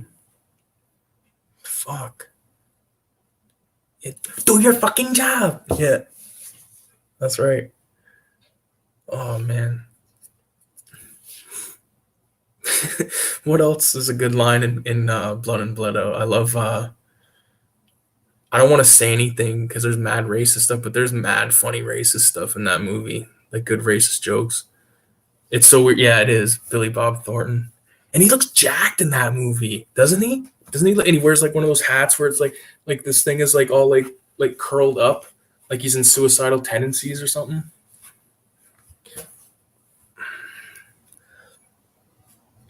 A lot of good actors in Blood and Blood Out, actually. The one guy that was Ryder, who was he? He was the guy from Night of the Living Dead, the remake, of course, which is great. You guys see that? Remake of Night of the Living Dead, directed by Tom Savini. Badass flick, yo. Badass. There's so much random stuff in my search bar right now. Once Upon a Time in Hollywood, American Gun, Hot Wheels Custom Sweet Tooth, Grand Theft Auto San Andreas, The Sopranos Season 3. Like, fuck. I love it, man.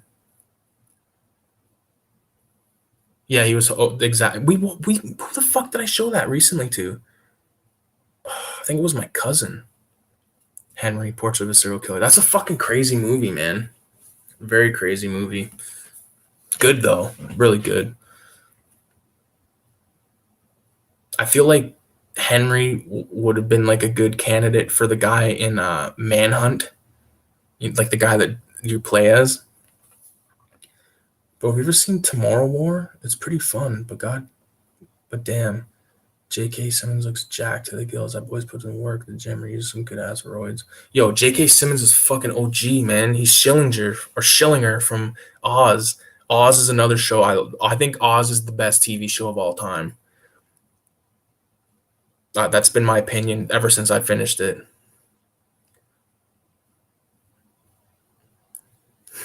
Otis, plug it in. Yep, I could see that. Fuck. Yeah, Oz is so dope, man. That's like a good ensemble cast fucking show where there's like no downtime. And like the fucking spoiler alert, but like when Ryan O'Reilly is like waiting for his brother to be executed and he like walks through that thing, and like there's even the time when they almost execute him, and fucking everyone in Oz, which is like a section of this gang or of this prison, and they're all banging on the wall, like all of them from like every race, like the Muslims are doing it, the white guys, the fucking like the Spanish guys, like it was fucking good. Ryan O'Reilly is the best character. I would agree with that. I loved um he wasn't around for long, but the mob guy at the beginning that like was eating the glass that he didn't know about. Adabisi, yeah, yeah, Adabisi. Kareem Saeed, remember him? He was my man too. I loved him. I loved everyone in that movie. I remember in high school because we would go to my buddy's house for lunch and we would never go back to class after that. But uh, I remember we would watch it, and I remember like how he wore that little hat. I was like, what? That is so fucked, man. Dude, it was fucked. It's a fucking weird little hat. What a good show. Damn, good show. The mob guys are cool, but they didn't last long. Only the guy who looked like Stallone lasted long. Yeah. Yeah, and that guy was like an actual fucking I think he was like the president of the New York Hells Angels, if I'm not mistaken. I think J.K. Simmons was my favorite in that show. He had so many good one-liners. And I love when he, like, at one point he had like eyeballs tattooed on the back of his head. Yeah. Yeah. No, that's for sure. Even if you look at him, because like it shows him with his shirt off from time to time, and you can see the tattoo on his fucking chest. I think that's what made me look it up, because I was like, yo, is this guy a real fucking biker, or is he just a fucking, is it for the show? But he's like written books and stuff, and like he's like a fucking martial artist out the ass and all that. He's retired, but I love the Russian mobster guy who was sort of like Russian O'Reilly. Fuck, I don't remember that guy. I'll fucking probably shoot myself in the foot if I seen him though, because I like to think I know Oz, but I don't remember that guy. I think it's time to light this blunt back up, guys.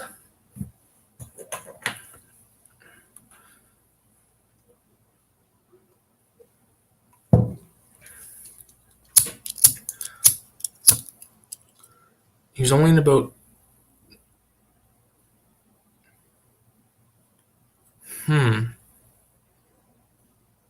he has a razor in his mouth to kill a guy. I don't remember that. The thing I remember of razor blade in the mouth from the most is was it Above the Rim? Was it Above the Rim, or was it Poetic Justice, or one of those Tupac films that wasn't Juice, basically? Yeah, J.K. Simmons is the best in that show. Anything, to be honest. When they raise that money and he's a skinhead, so because he was a veteran, was so dope. Yeah.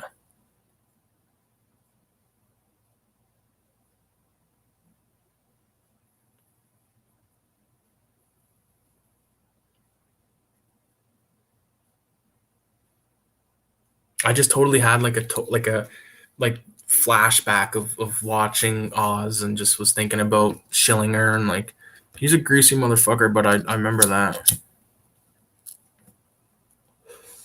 Although I don't remember the thing Danny was referencing. Oh yeah, Above the Rim had that Tupac. Or had that Tupac had a razor in his mouth, that's right. I didn't really like Above the Rim. I think Juice is like the fucking best thing too. I think Juice is better than any film I've seen him in. What else was Tupac in? Above the Rim, Poetic Justice, Juice. He's in that one. Is it like Welcome to Death Row, or like one of those types of documentaries? He does like the freestyle with Biggie. I'm scared to do some freestyle. Hey, yo, too high and I might go off tempo. It's so weird seeing J.K. Simmons in commercials. I'm like, yo, you guys got a neo-Nazi selling M&Ms.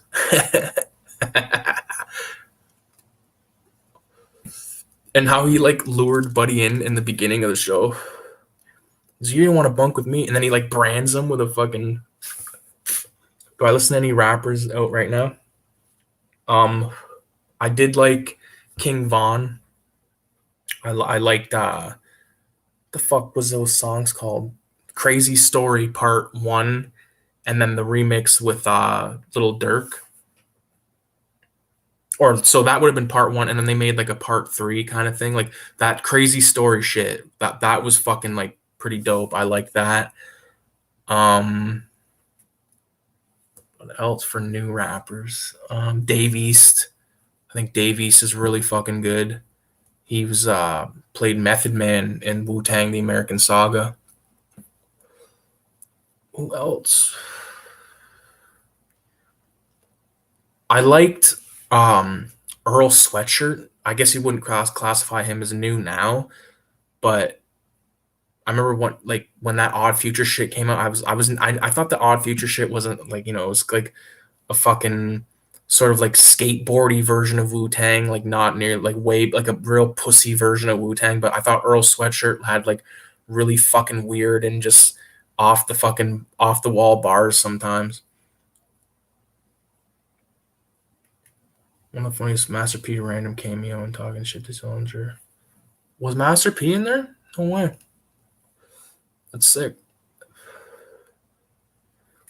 Master P is pretty fucking good. I remember, dude.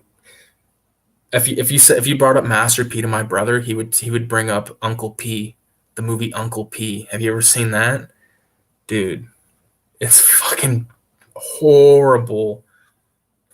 This blunt's got me twisted right now. It's got me stoned to the bone. He had one scene in an episode. I busted out laughing. No doubt. No doubt. It's funny seeing people in movies that like, you know, from something else. Like either a rapper, like in Strapped, DOS Effects is in Strapped. Busta Rhymes is in Strapped. Who else? A couple other people you'd recognize. Lord Jamar was in Oz. Yeah, he was Supreme. What the fuck was his name? Supreme something? He's like a 5%er. Or 7%er. I'm trying to remember. The 5%ers are more like... No, so there's Nation of Islam. And then there's like, I believe it's 5%er or 7%ers, and they follow like the mathematics and like all that kind of shit. Like Supreme Mathematics and stuff like that. Odd Future seemed like a weirder D12. Yeah. I don't think D12 was that good either. I thought like the best part of that was when that D12 album came out, I remember there's a song in there called Nasty Mind. It's like, what's on your nasty mind? Don't you want to get fucked from behind? Like, I don't like that kind of shit. I like stories. That's what I'm saying. I like, you know, he's one in real life too. Yeah, he's always on like fucking podcasts and stuff, spewing all kinds of horse shit. See, I don't know. I've read the Wu-Tang manual and stuff like that. I don't know why I pointed up there. Like it's in the freezer, but and like I haven't finished Tao of Wu, but you learn a bit of bullshit. It's you know, Supreme Allah was his name, yeah. Actually, I think the reason why I subconsciously pointed up there is because the Tao of Wu is up there right now. Should we gamble on it? Fuck it. Let's gamble on it, dude. Yep.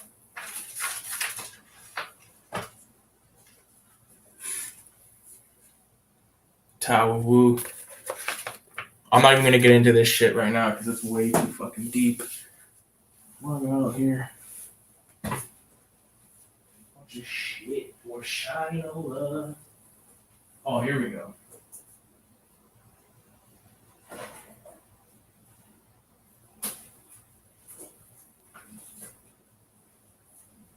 Oh, fuck.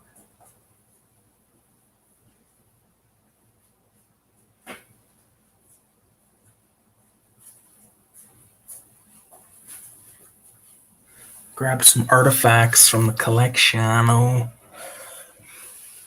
right. Fuck. Check this out. So my uncle gave me this. He's the guy that like I got a lot of my VHS collection from. He gave me this like a couple months ago. I don't think I ever showed it in a video, but it's a magazine called European Trash Cinema.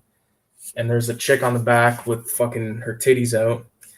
And this is a special collector's issue about giallos. And what year is this from? 1992. Good year. That's the year I was born, baby. But it's got like I believe that like here's like the some write-up called the color of fear giallo. I considered once reading a bunch of like horror magazines like on a thing like this. I think that would be pretty dope. But it's got like, here's the list of all the movies.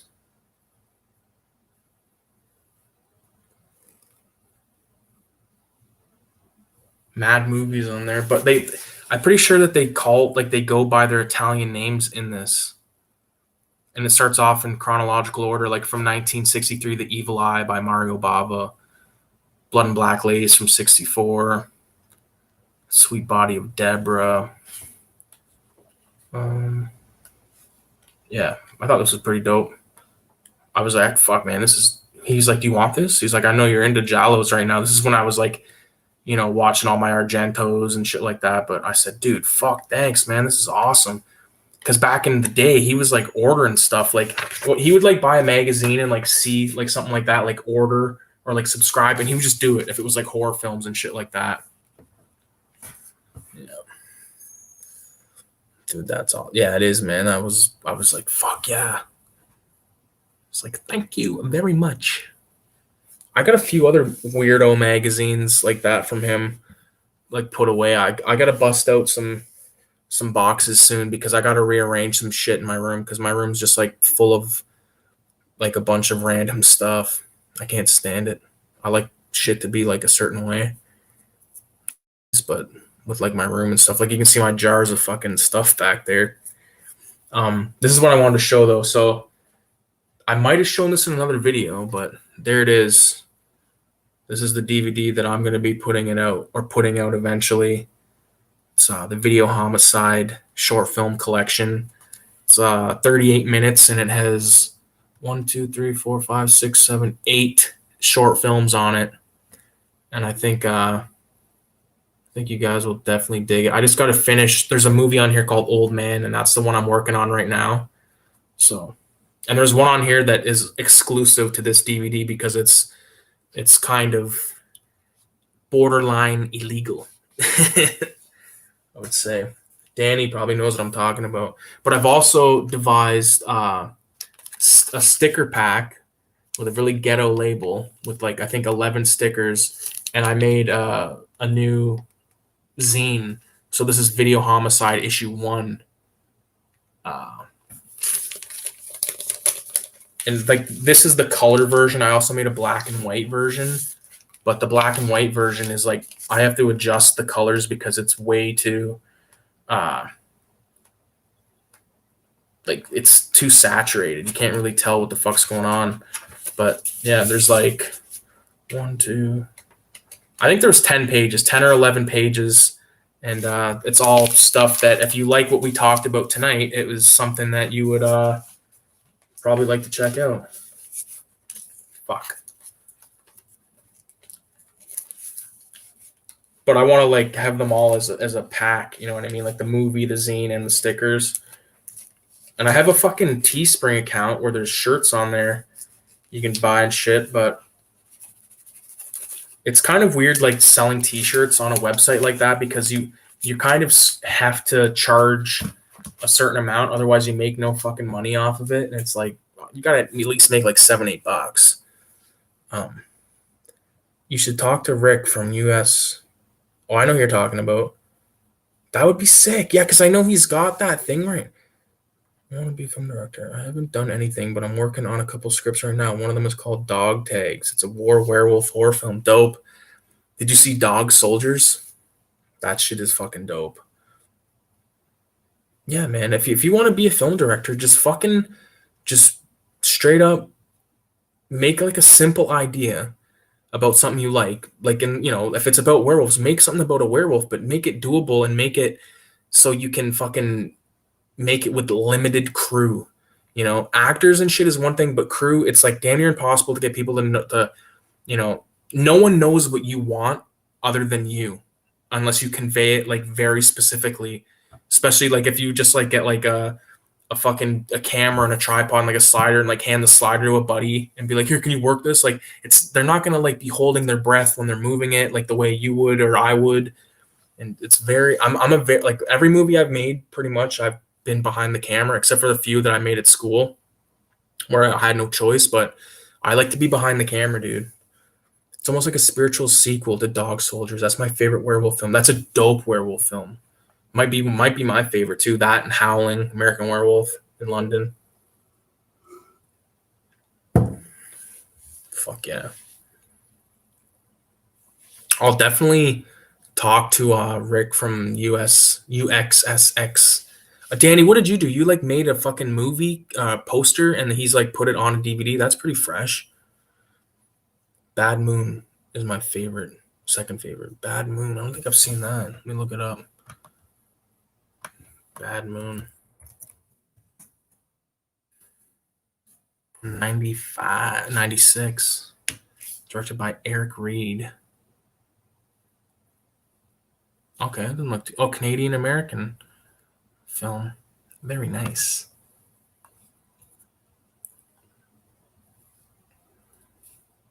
This is sick.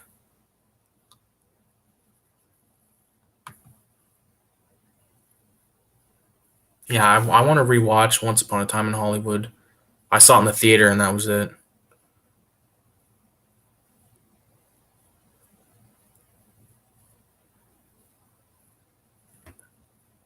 Such a good one. Oh yeah, he sent me a CD of his music last year, and then I tried to send him a drawing. I got lost in the mail. The second one drew it, and so I said, nice. Yeah, I've seen it on there. That's dope. That's fucking dope. Danny, you're a good fucking artist, man. I know we've talked about art and shit before, but I love your shit.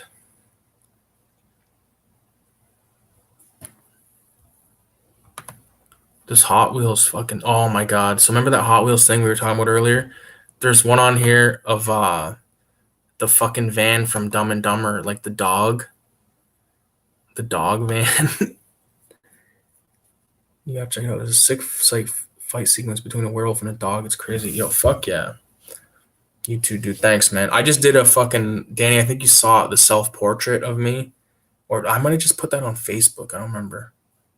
If you guys have Facebook, I have a Facebook group called Video Homicide. Give it a follow, because like I post shit on there like decently often, but like people don't really fuck with it too much. But like I post shit like photos and stuff that like you wouldn't see, or like even stuff that sometimes doesn't make it to Instagram. Maybe not, but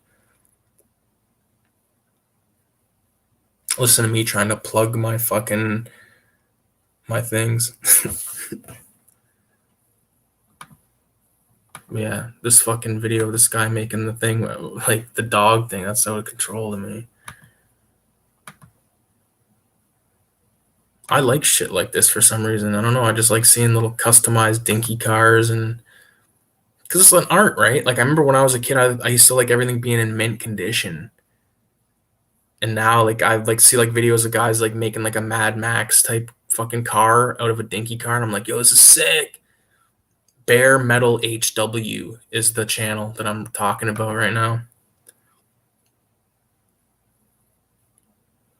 I made a Facebook to play Monopoly online and they banned me for 30 days. Yo, I love Monopoly. They banned you? That's fucking horse shit. Pricks. That's the thing. Facebook's good for like all the groups. Like the best horror comic books magazine covers ever. You get mad horror magazine covers and shit. Exactly that. You get like what's another good one? I'm trying to find one. There's one called like Fulci Films. There's like there's so many good, like the 22 shots of moods in horror. Their Facebook group is amazing. People are always busting balls on there. I got an old one too, but just use it when I gotta wish relatives happy birthday and shit. Yeah, no, I get that. Social media platforms be tripping nowadays. Yeah, they fucking bullshit. It's stupid. The only if I had to pick one, I'd pick YouTube. You know, or if you're or Instagram is really. I like Instagram too, but it's a fucking time waster kind of thing. If you like art, Instagram is really fucking good. There's some really good art channels on YouTube as well, but you got to find people you like. Like if you like graffiti art, you can check out like guys like Smo Nova and fucking. There's tons of good graffiti documentaries.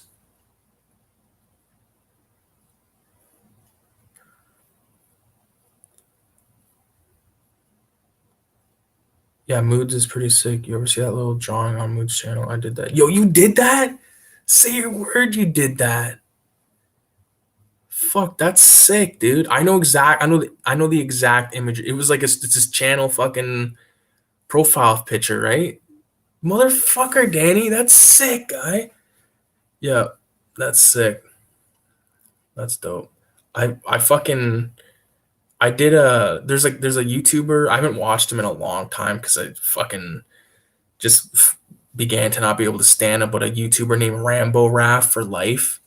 And I remember I discovered him because he was talking about like just movies that I liked and stuff, and then like a lot of Van Damme. Like he was talking about Hard Target, and like I like loved his opinion on Hard Target, so I started watching his stuff, subscribed to him. But he was posting stuff about shit I didn't like, and it would be a lot of rants, and it'd be like him talking shit about a movie, and I'd be like, I don't really gotta fucking I don't need to hear a rant about a fucking movie from this guy when yeah. That guy's been rocking the same hat for 10 years. Yeah, I watched him too. Yeah, he has been rocking he like the fucking Mountain Dew hat or something. Like the thing is like when he talks about a movie that he likes and it's a movie I like, I can deal I haven't I'm not even subscribed to him anymore, but like I remember like I said the Hard Target one, um some horror films and some action films. Like he put me on to a lot of action films that I would have never watched and I loved. I can't think of any off the top of my head right now, but when he does those fucking rant videos about shit, like, come on, man. Because if a movie sucks, I'm done with it. I don't want to talk about it no more. Unless it's like that movie fucking Greenland, which was like a letdown from hell. Yeah. There's a lot of fucking cringy people on YouTube that like we all probably fucking Cool Duder was one of those guys.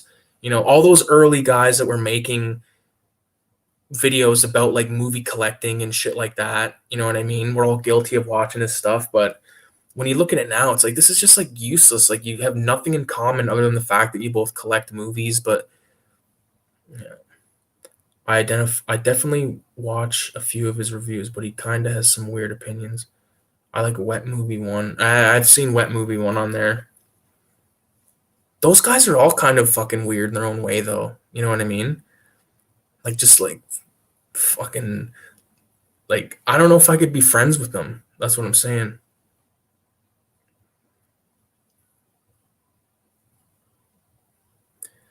It seems he hates every new film nowadays. You can almost expect a rant. He does rants before he even sees the film nowadays too.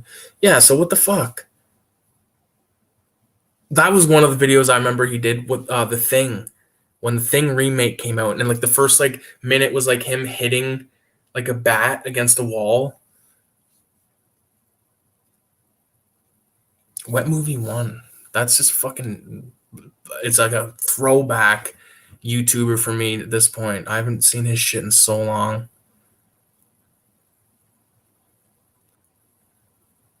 But again, like they got to a point where like they weren't talking about stuff I gave a shit about, and I just or it was just like weird shit with like their friends and stuff, and it's like I don't really give a fuck about any of this. Like them going to like Las Vegas and shit, and it's there's like always a guy that like doesn't want to fucking be a part of it really, and you can tell, and it just feels weird.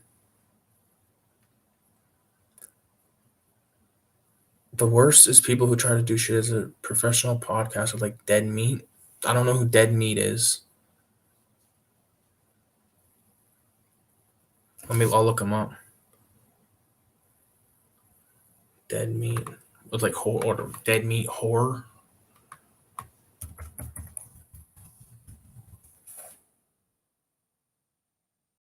We got like 5 million fucking subscribers. I've never heard of this fuck. I gotta watch one of his videos for a second, see if it shows him.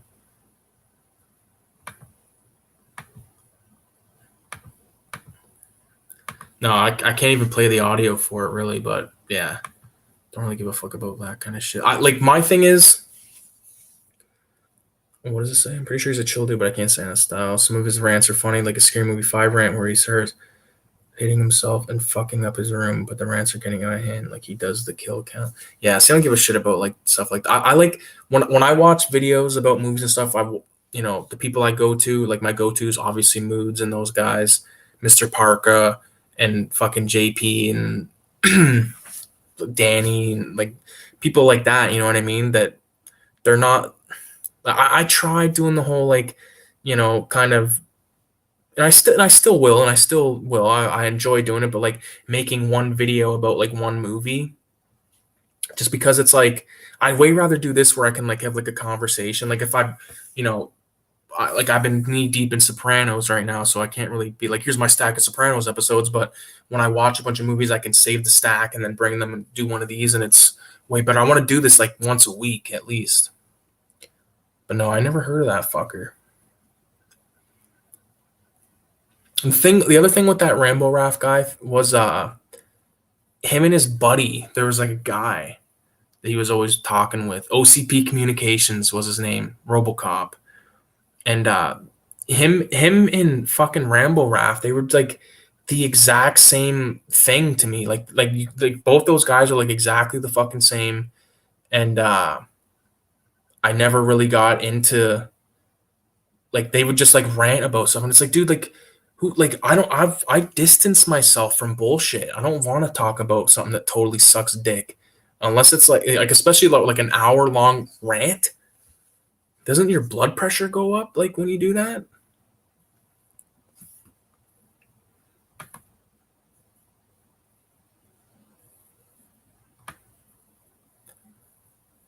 I'm just checking my social media, my fucking Facebook fucking page here with all my fucky friends from high school. Some good art. Shout out to Odyssey Records. Oh, there's another good Facebook group called Creep Show Fanatic, where they're always I can fucking, I'll screen share this shit. How the fuck do I do it again? Oh yeah. See this? I do like the video game nerd. He's probably the most famous. Oh, I love him, dude. He's one of my idols. I own all of his short films. He released, I believe it was back when you could buy his stuff through Screw Attack. I bought the first 7 volumes or seasons of Angry Video Game Nerd, and I bought these 3 DVDs, and it has like all of his student films and stuff on it. They're fucking cool. But yeah, I love that guy. We're gonna go like this. Screen share. Share. So check this out. This is that Creepshow Fanatic page. I'll just kind of go on their photos and click through them a bit. Like, this is all shit that like people have made and stuff. Like, look at that. Like, that display is amazing. What is that? I don't know what this thing is. Oh, it's the meteor. That's fucking awesome. Thanks for the ride, lady. That's pretty dope. Sick. That's sick. Jordy. Tom Savini. Where's my cake, Bedelia? Oh, fuck this guy's kid. That's so cute, man. Look at that. That's a kid. There's the kid's dad, obviously, or fucking whatever, uncle or some shit. But that is so dope. If I seen that kid walking down the street, I would fucking give him like every fucking piece of candy I had. Look at the little fucker. That's cool, man. Good mask too. Oh, it started off as like this one, I guess. Oh, oh, it's the box, like the chest. He posted mad videos. His family. That ink is sick. Pretty dope. Yeah, that's something you should consider on there. You ever watch the Italian Stallion 51? No, let me look it up.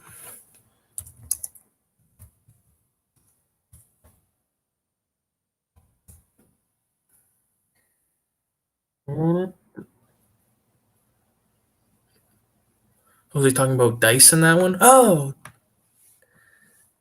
I shot my go. No, I've never seen this guy before. This is a paid request from Rambo Raff. Oh, is this guy heard of the Rambo Raff crew? Oh yeah, inspired by Rambo Raff's. Yeah, no, I've never heard of this dude before. Is he paying people or he wants to be paid to make the fucking? See, that's something that I can't get behind, man. I can't get behind like paying for stuff. Like the only like I've thought about it, like supporting people on Patreon before, but they need to I need to be getting something out of it, some sort of educational. Like there's a couple of artists, like there's a guy named Slew who's like a younger kid, but like I would support him on Patreon if I could if I wanted to, but and same with 22 Shots. I've toyed around with the idea of paying them for like paying for a live show or paying for like something for them to review. I will eventually, but Rambo Raff does paid requests. See, come on. That's why all of his videos suck dick, because it's people wanting him to fucking review like pieces of shit movies, and like he can do nothing but rant about them. The only way I would pay someone to like do my shit, if I would pay 22 Shots to review, like I would send them all a copy of my DVD and have them review my short films. That's about as far as I would go with that. But artists and stuff, I would support them because they, I love watching like painting sessions and stuff like that. And like the dinky, like the guy that makes the Hot Wheels custom cars, like I think that is like pretty fucking dope. Because it's step by step of shit. It's a learning thing. Do you make videos, Pancake Poppy? It's such a funny name. Up right now, dude. Well, there's a song called Pancake Poppy by a person named Mo. Oh, there you are right there.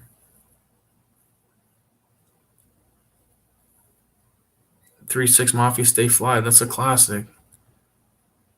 I gotta stay fly. There's actually a new rapper. I forget what his name was, but he had a song called Ricky. What the fuck was his name?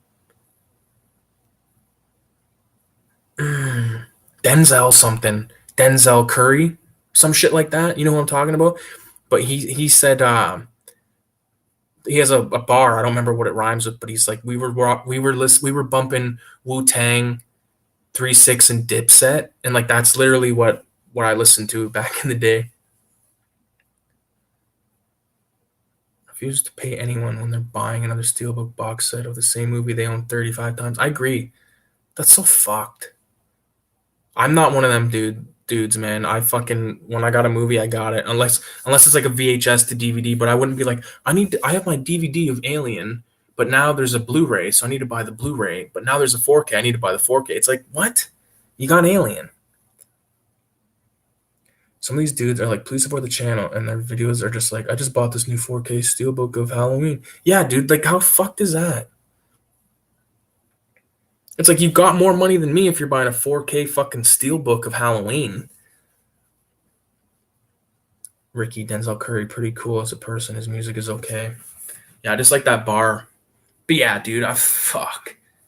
Support the channel. It's like, dude, like, what do you like? Give me a reason to support the channel. Don't just fucking be like I have a Patreon. Like to me, nothing's more fucking cringe than a Patreon with like zero people giving you money, or like one person giving you like a loony, $1 a month or something. You know what I mean? Like, why even do it? That's why I like doing like the fucking t-shirt thing. At least you get something out of it, I would feel way too fucked up if someone was like, "I'm gonna send you money." I'd be like, "That's a little fucked up, man. We don't do that around here." You know what I mean? Unless someone was like, "I want to send you $1,000," and like, boom, to my PayPal. I'm like, all right, all right.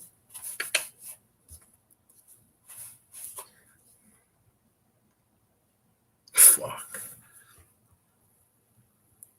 Am I still screen sharing right now? No.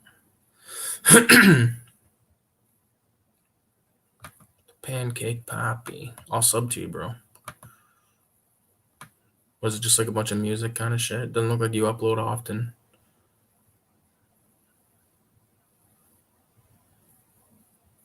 Is this all good tuned? Joe Budden. I remember him. I've seen him live. DMX. Okay, I'm a DMX fan.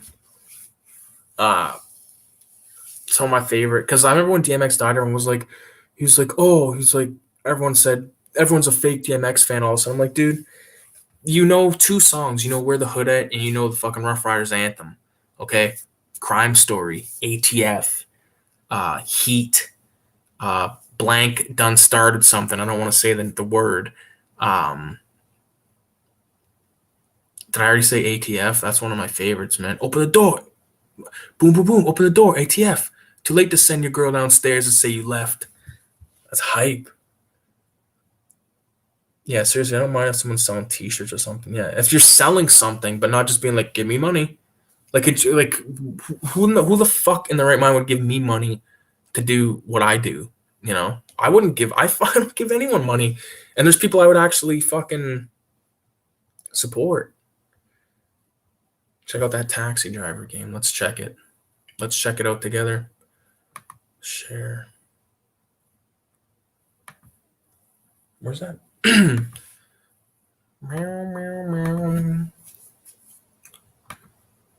Pancake Poppy here. Taxi Driver. Video game? Oh, dude. What is this?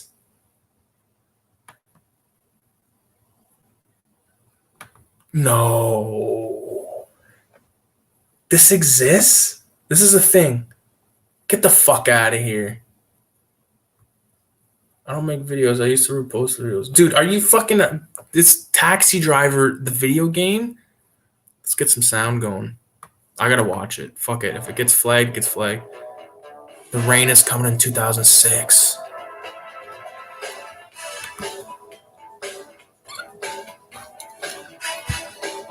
All the animals come out at night.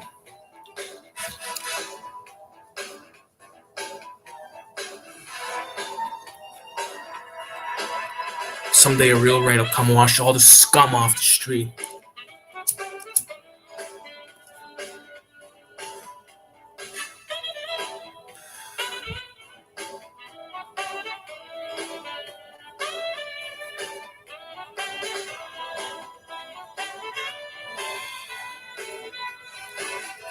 This is fucking awesome.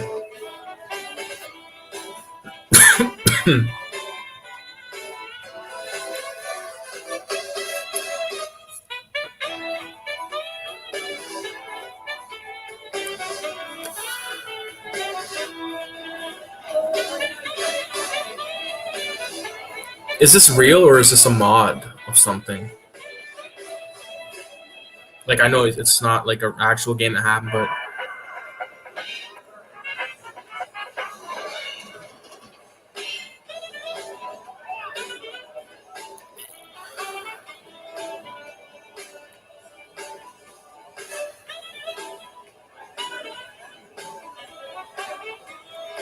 This is fucking incredible. I can't believe I've never heard of this.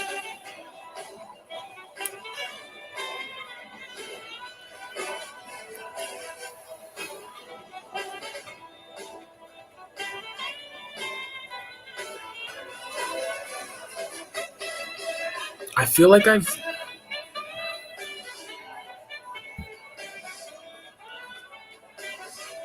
Wow.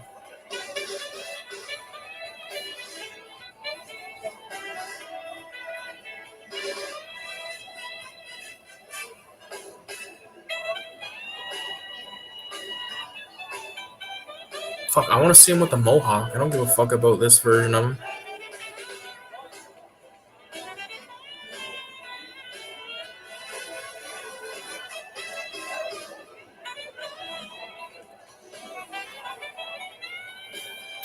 Did you ever play the game Kane and Lynch? Or the sequel? Amazing. That kind of reminded me of it.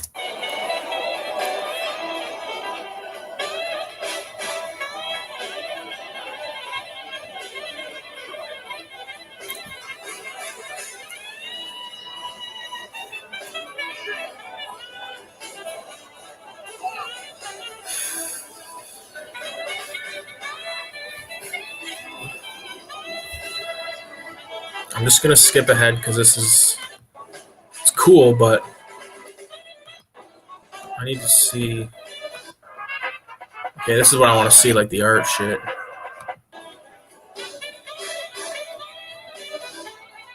So that's a very badass like piece of concept art. Wow. I would definitely want to play this game. It'd be cool if someone would like remake that or something. Wouldn't that be sick?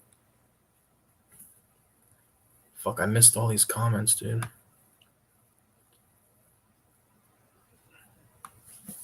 They never fully made it, but they were gonna. Travis Bickle running around doing GTA missions. Yeah, that's fresh. It was real, I think. They just never put it out. Would have been awesome. Nah. Kane Lynch on the 360, that was a mad fucking fun game. It was. They're going to make a movie of it with Bruce Willis and Jamie Foxx, but never got made. But that doesn't even make sense because Kane and Lynch was fucking two white dudes. Like, who's Bruce Willis is obviously going to be the fucking straight guy, and Jamie Foxx is going to be the fucking deranged guy. I don't know, the guy with the long hair. See, that's one thing that's like I can sometimes deal with or sometimes not deal with when they switch around like the fucking like the entirety of everything you know about the character, including like their race and stuff. I'm like just because I know that like I listen to a lot of like Opie and Anthony, like Anthony Cumia and stuff, so I can deal with like a certain type of talk. Some can't. I learned that in college. Because when I was in college, I was 25, and everyone else was like 18, 17, 18, 19. And there was a few other people my age, but fuck. I would love it if they put it out. Me too, dude.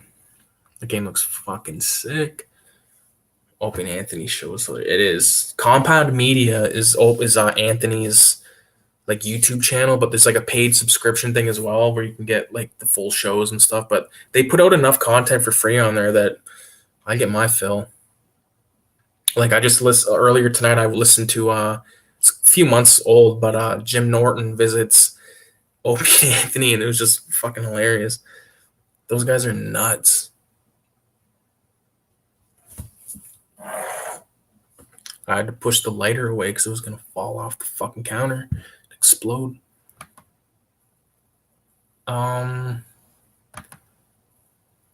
What else can I do? What else can we do? Let me go to my. Wait. There it is. You know what we can do? Oh, maybe I'll save that for another night because I'd like to let people know I'm going to do that. Watch some of the short films. Lately, I watch Your Mom's House podcast. That thing is hilarious. Who's on that? Peace out, Pancake Poppy. Thanks for stopping by.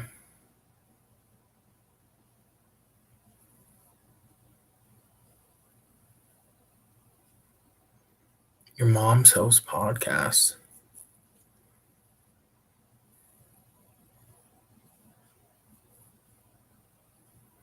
Bow, bow, bow. Look it up.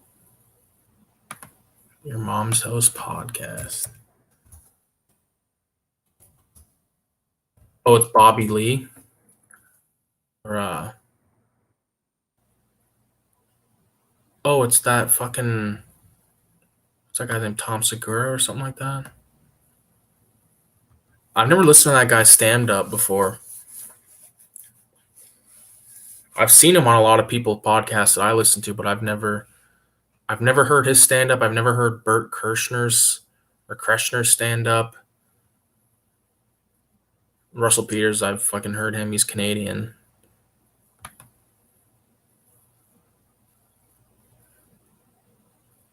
comedian Tom Segura and his wife Christina, and they watch the most random weird shit they find on YouTube.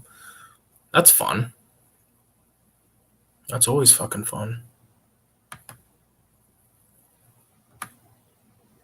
I know I've seen his face, so I know he's at least. Oh my god! Inside Bill Cosby's estate on his first day free from prison, he's like eating pizza. So like Bill Cosby's like a G now though. Like he's done like time. Is that what he's sitting there eating pizza on fucking Instagram? Like come on. He's a comedian that I like as a podcast. He's a comedian that I like better as a podcaster than a stand-up. Yeah, there's a lot of people I like better than that. This is a person that I like as a I love as both, and that's Patrice O'Neal. He's like, if you listen to Patrice O'Neal talk about Independence Day, like you'll literally piss your pants. Or like listen to Anthony Cumia talking about Twister, especially if you know the movie Twister. Like there's a part where he's like they were talking about Twister, how like they were going through like F1, F2, F3, F4, and then the one guy was like, what about F5? And then Anthony Cumia is like, he's like, I wanted everyone to sort of dramatically look around, and they would say, what's that? And I would say, finger of God. And like me and my brother, we fucking watched, because he loves the movie Twister. Like he when we were kids, or because he's 6 years younger than me, he would fucking watch that movie all the goddamn time. And he's like scared shitless of fucking Twisters. Twisters. Patrice was the best. I just like watching their little bits today of Patrice and Anthony talking about sci-fi. Yeah, it's so fun. It's so fun because you can tell Patrice actually is like he's one of us in terms of like being a fan of cinema or movies, or what, cinema is like just classier to say though. Yeah, he knows his stuff. He knows his Friday the 13th films, man. Like there's that 12-hour fucking video on YouTube of him, like just all of the clips of him talking about movies and stuff. Like when they talked about Brokeback Mountain and fucking I'm trying to think of some other ones. I gotta look that video up. Well, no, because then we're gonna be fucking going through a 12-hour fucking video. Oh man. What else was like a really good stand-up? Bill Burr. I really like Bill Burr. I love George Carlin. I think George Carlin is the best comedian of all time. I think Patrice O'Neal is second, and I think Dave Chappelle's third. So there's my story, and I'm sticking to it. But there are other people that I would pepper in there. Like I would pepper in people like Ron White. I really like Ron White because I remember one of his jokes where he was on like an airplane and they were like one of the engines blew and this guy was like, how far is the other engine gonna take us? And Ron White said, right to the scene of the crash or some shit like that. It's like, this is twisted. Oh, Norm Macdonald is fucking hilarious. My buddy Ian at when I was in college, he's about my age. He's a couple years older. He's probably like 32, 33. And he's the one that exposed me to Opie and Anthony, because before that I was like strictly a Stern listener. I listened to a lot of Howard Stern and shit. And he put some shit on and I was like, dude, this is like the most out of control stuff I've ever heard. Like Opie and Anthony, like I was pissing myself sometimes. Like we would sit there editing and then I would just start laughing and he'd like look over and like, because we would always sit like as far away as possible because that's just what we did, so we'd be sitting in the class, like I'm on this wall, he's on that wall, in between us is the aisle of computers, or like like the aisle through the aisles of computers, and we'd have the projector going because we'd be there all night, and it'd just be me and him high as fuck. We'd like go to like get munchies and stuff before everything closed. I remember this fucking guy, we went to Bulk Barn, which is like this place where you can go get like a bunch of like gold coins filled with chocolate, or you could get like a bunch of like peanuts or like a bunch of like sprinkles for a cake, all that kind of shit. But he fills one bag with corn nuts and he fills another bag with Reese's Pieces, like the little like ones that look like M&Ms. And he mixes the bag at school and he eats the whole fucking bag. And he's like, dude, I don't feel very good. It was hilarious. I almost pissed my pants that night because we were so baked. And I remember he was just like, he like looked at me and he'd be like, this guy would do acid and come to school. Like, I'm telling you. And he's like, dude, I don't feel good. Like that. And I just fucking, uh, like there'd be times where me and him we'd get baked, and then we'd be sitting in class. And I remember the first time I ever was exposed to this guy is when the movie It first came out in 2017. And he was like, yeah, it was good. And I said, dude, I said that movie sucked. And he looked at me and he went, dude, like that. So, and then like right then we knew that like, all right, we're gonna be buddies. Sounds like an obsessed. I'm like, yeah, fuck, some good times at college, man. Not in the classes though. They like the film school I went to. I might as well have just watched a bunch of fucking videos on YouTube. But the good part was we got to use the equipment, and we learned how to use the equipment, and you know, run a set and stuff like that. I can run a set if it's a bunch of people that'll actually show up. Like me and my buddies, we were the fucking ones that were like stoned. Like I'm not even bullshitting. My buddy doing fucking LSD coming to the fucking film school, and I'd be high as fuck, and we could run the set better than these young fucking kids because they just did not give a fuck. They didn't want to be there. They didn't show up.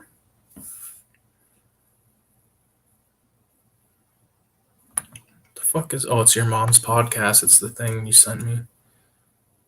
Look at my subscriptions. So I watch a guy named Super Annie, and I'll screen share the thing to you, dude. Where's it at? Oh yeah.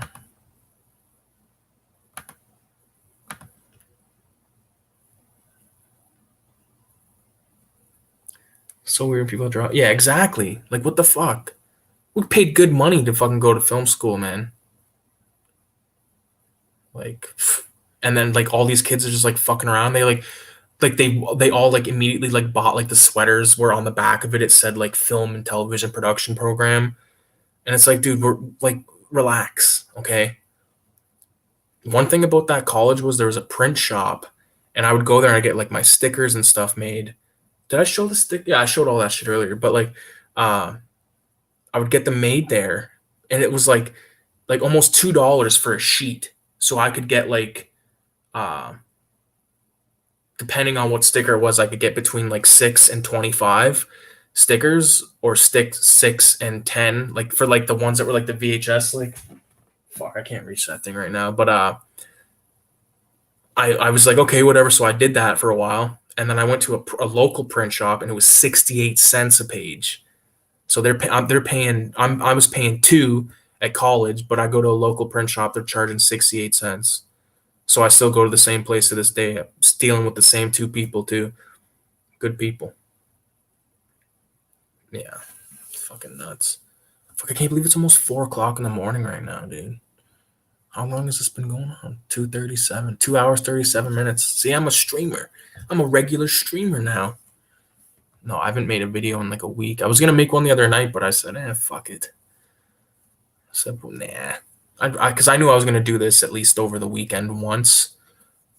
Maybe I'll do it again if depending on what happens. Could be pretty fun. Danny, I think I'm gonna have to call it a night, dude, because it's like I said, it's like 3:43. What does this say? It reminds me of my uncle. My brother was in film school, and my uncle made him a T-shirt that almost looked like a local promo shirt, and it said "Sig Tech" on the back, and it had a camera.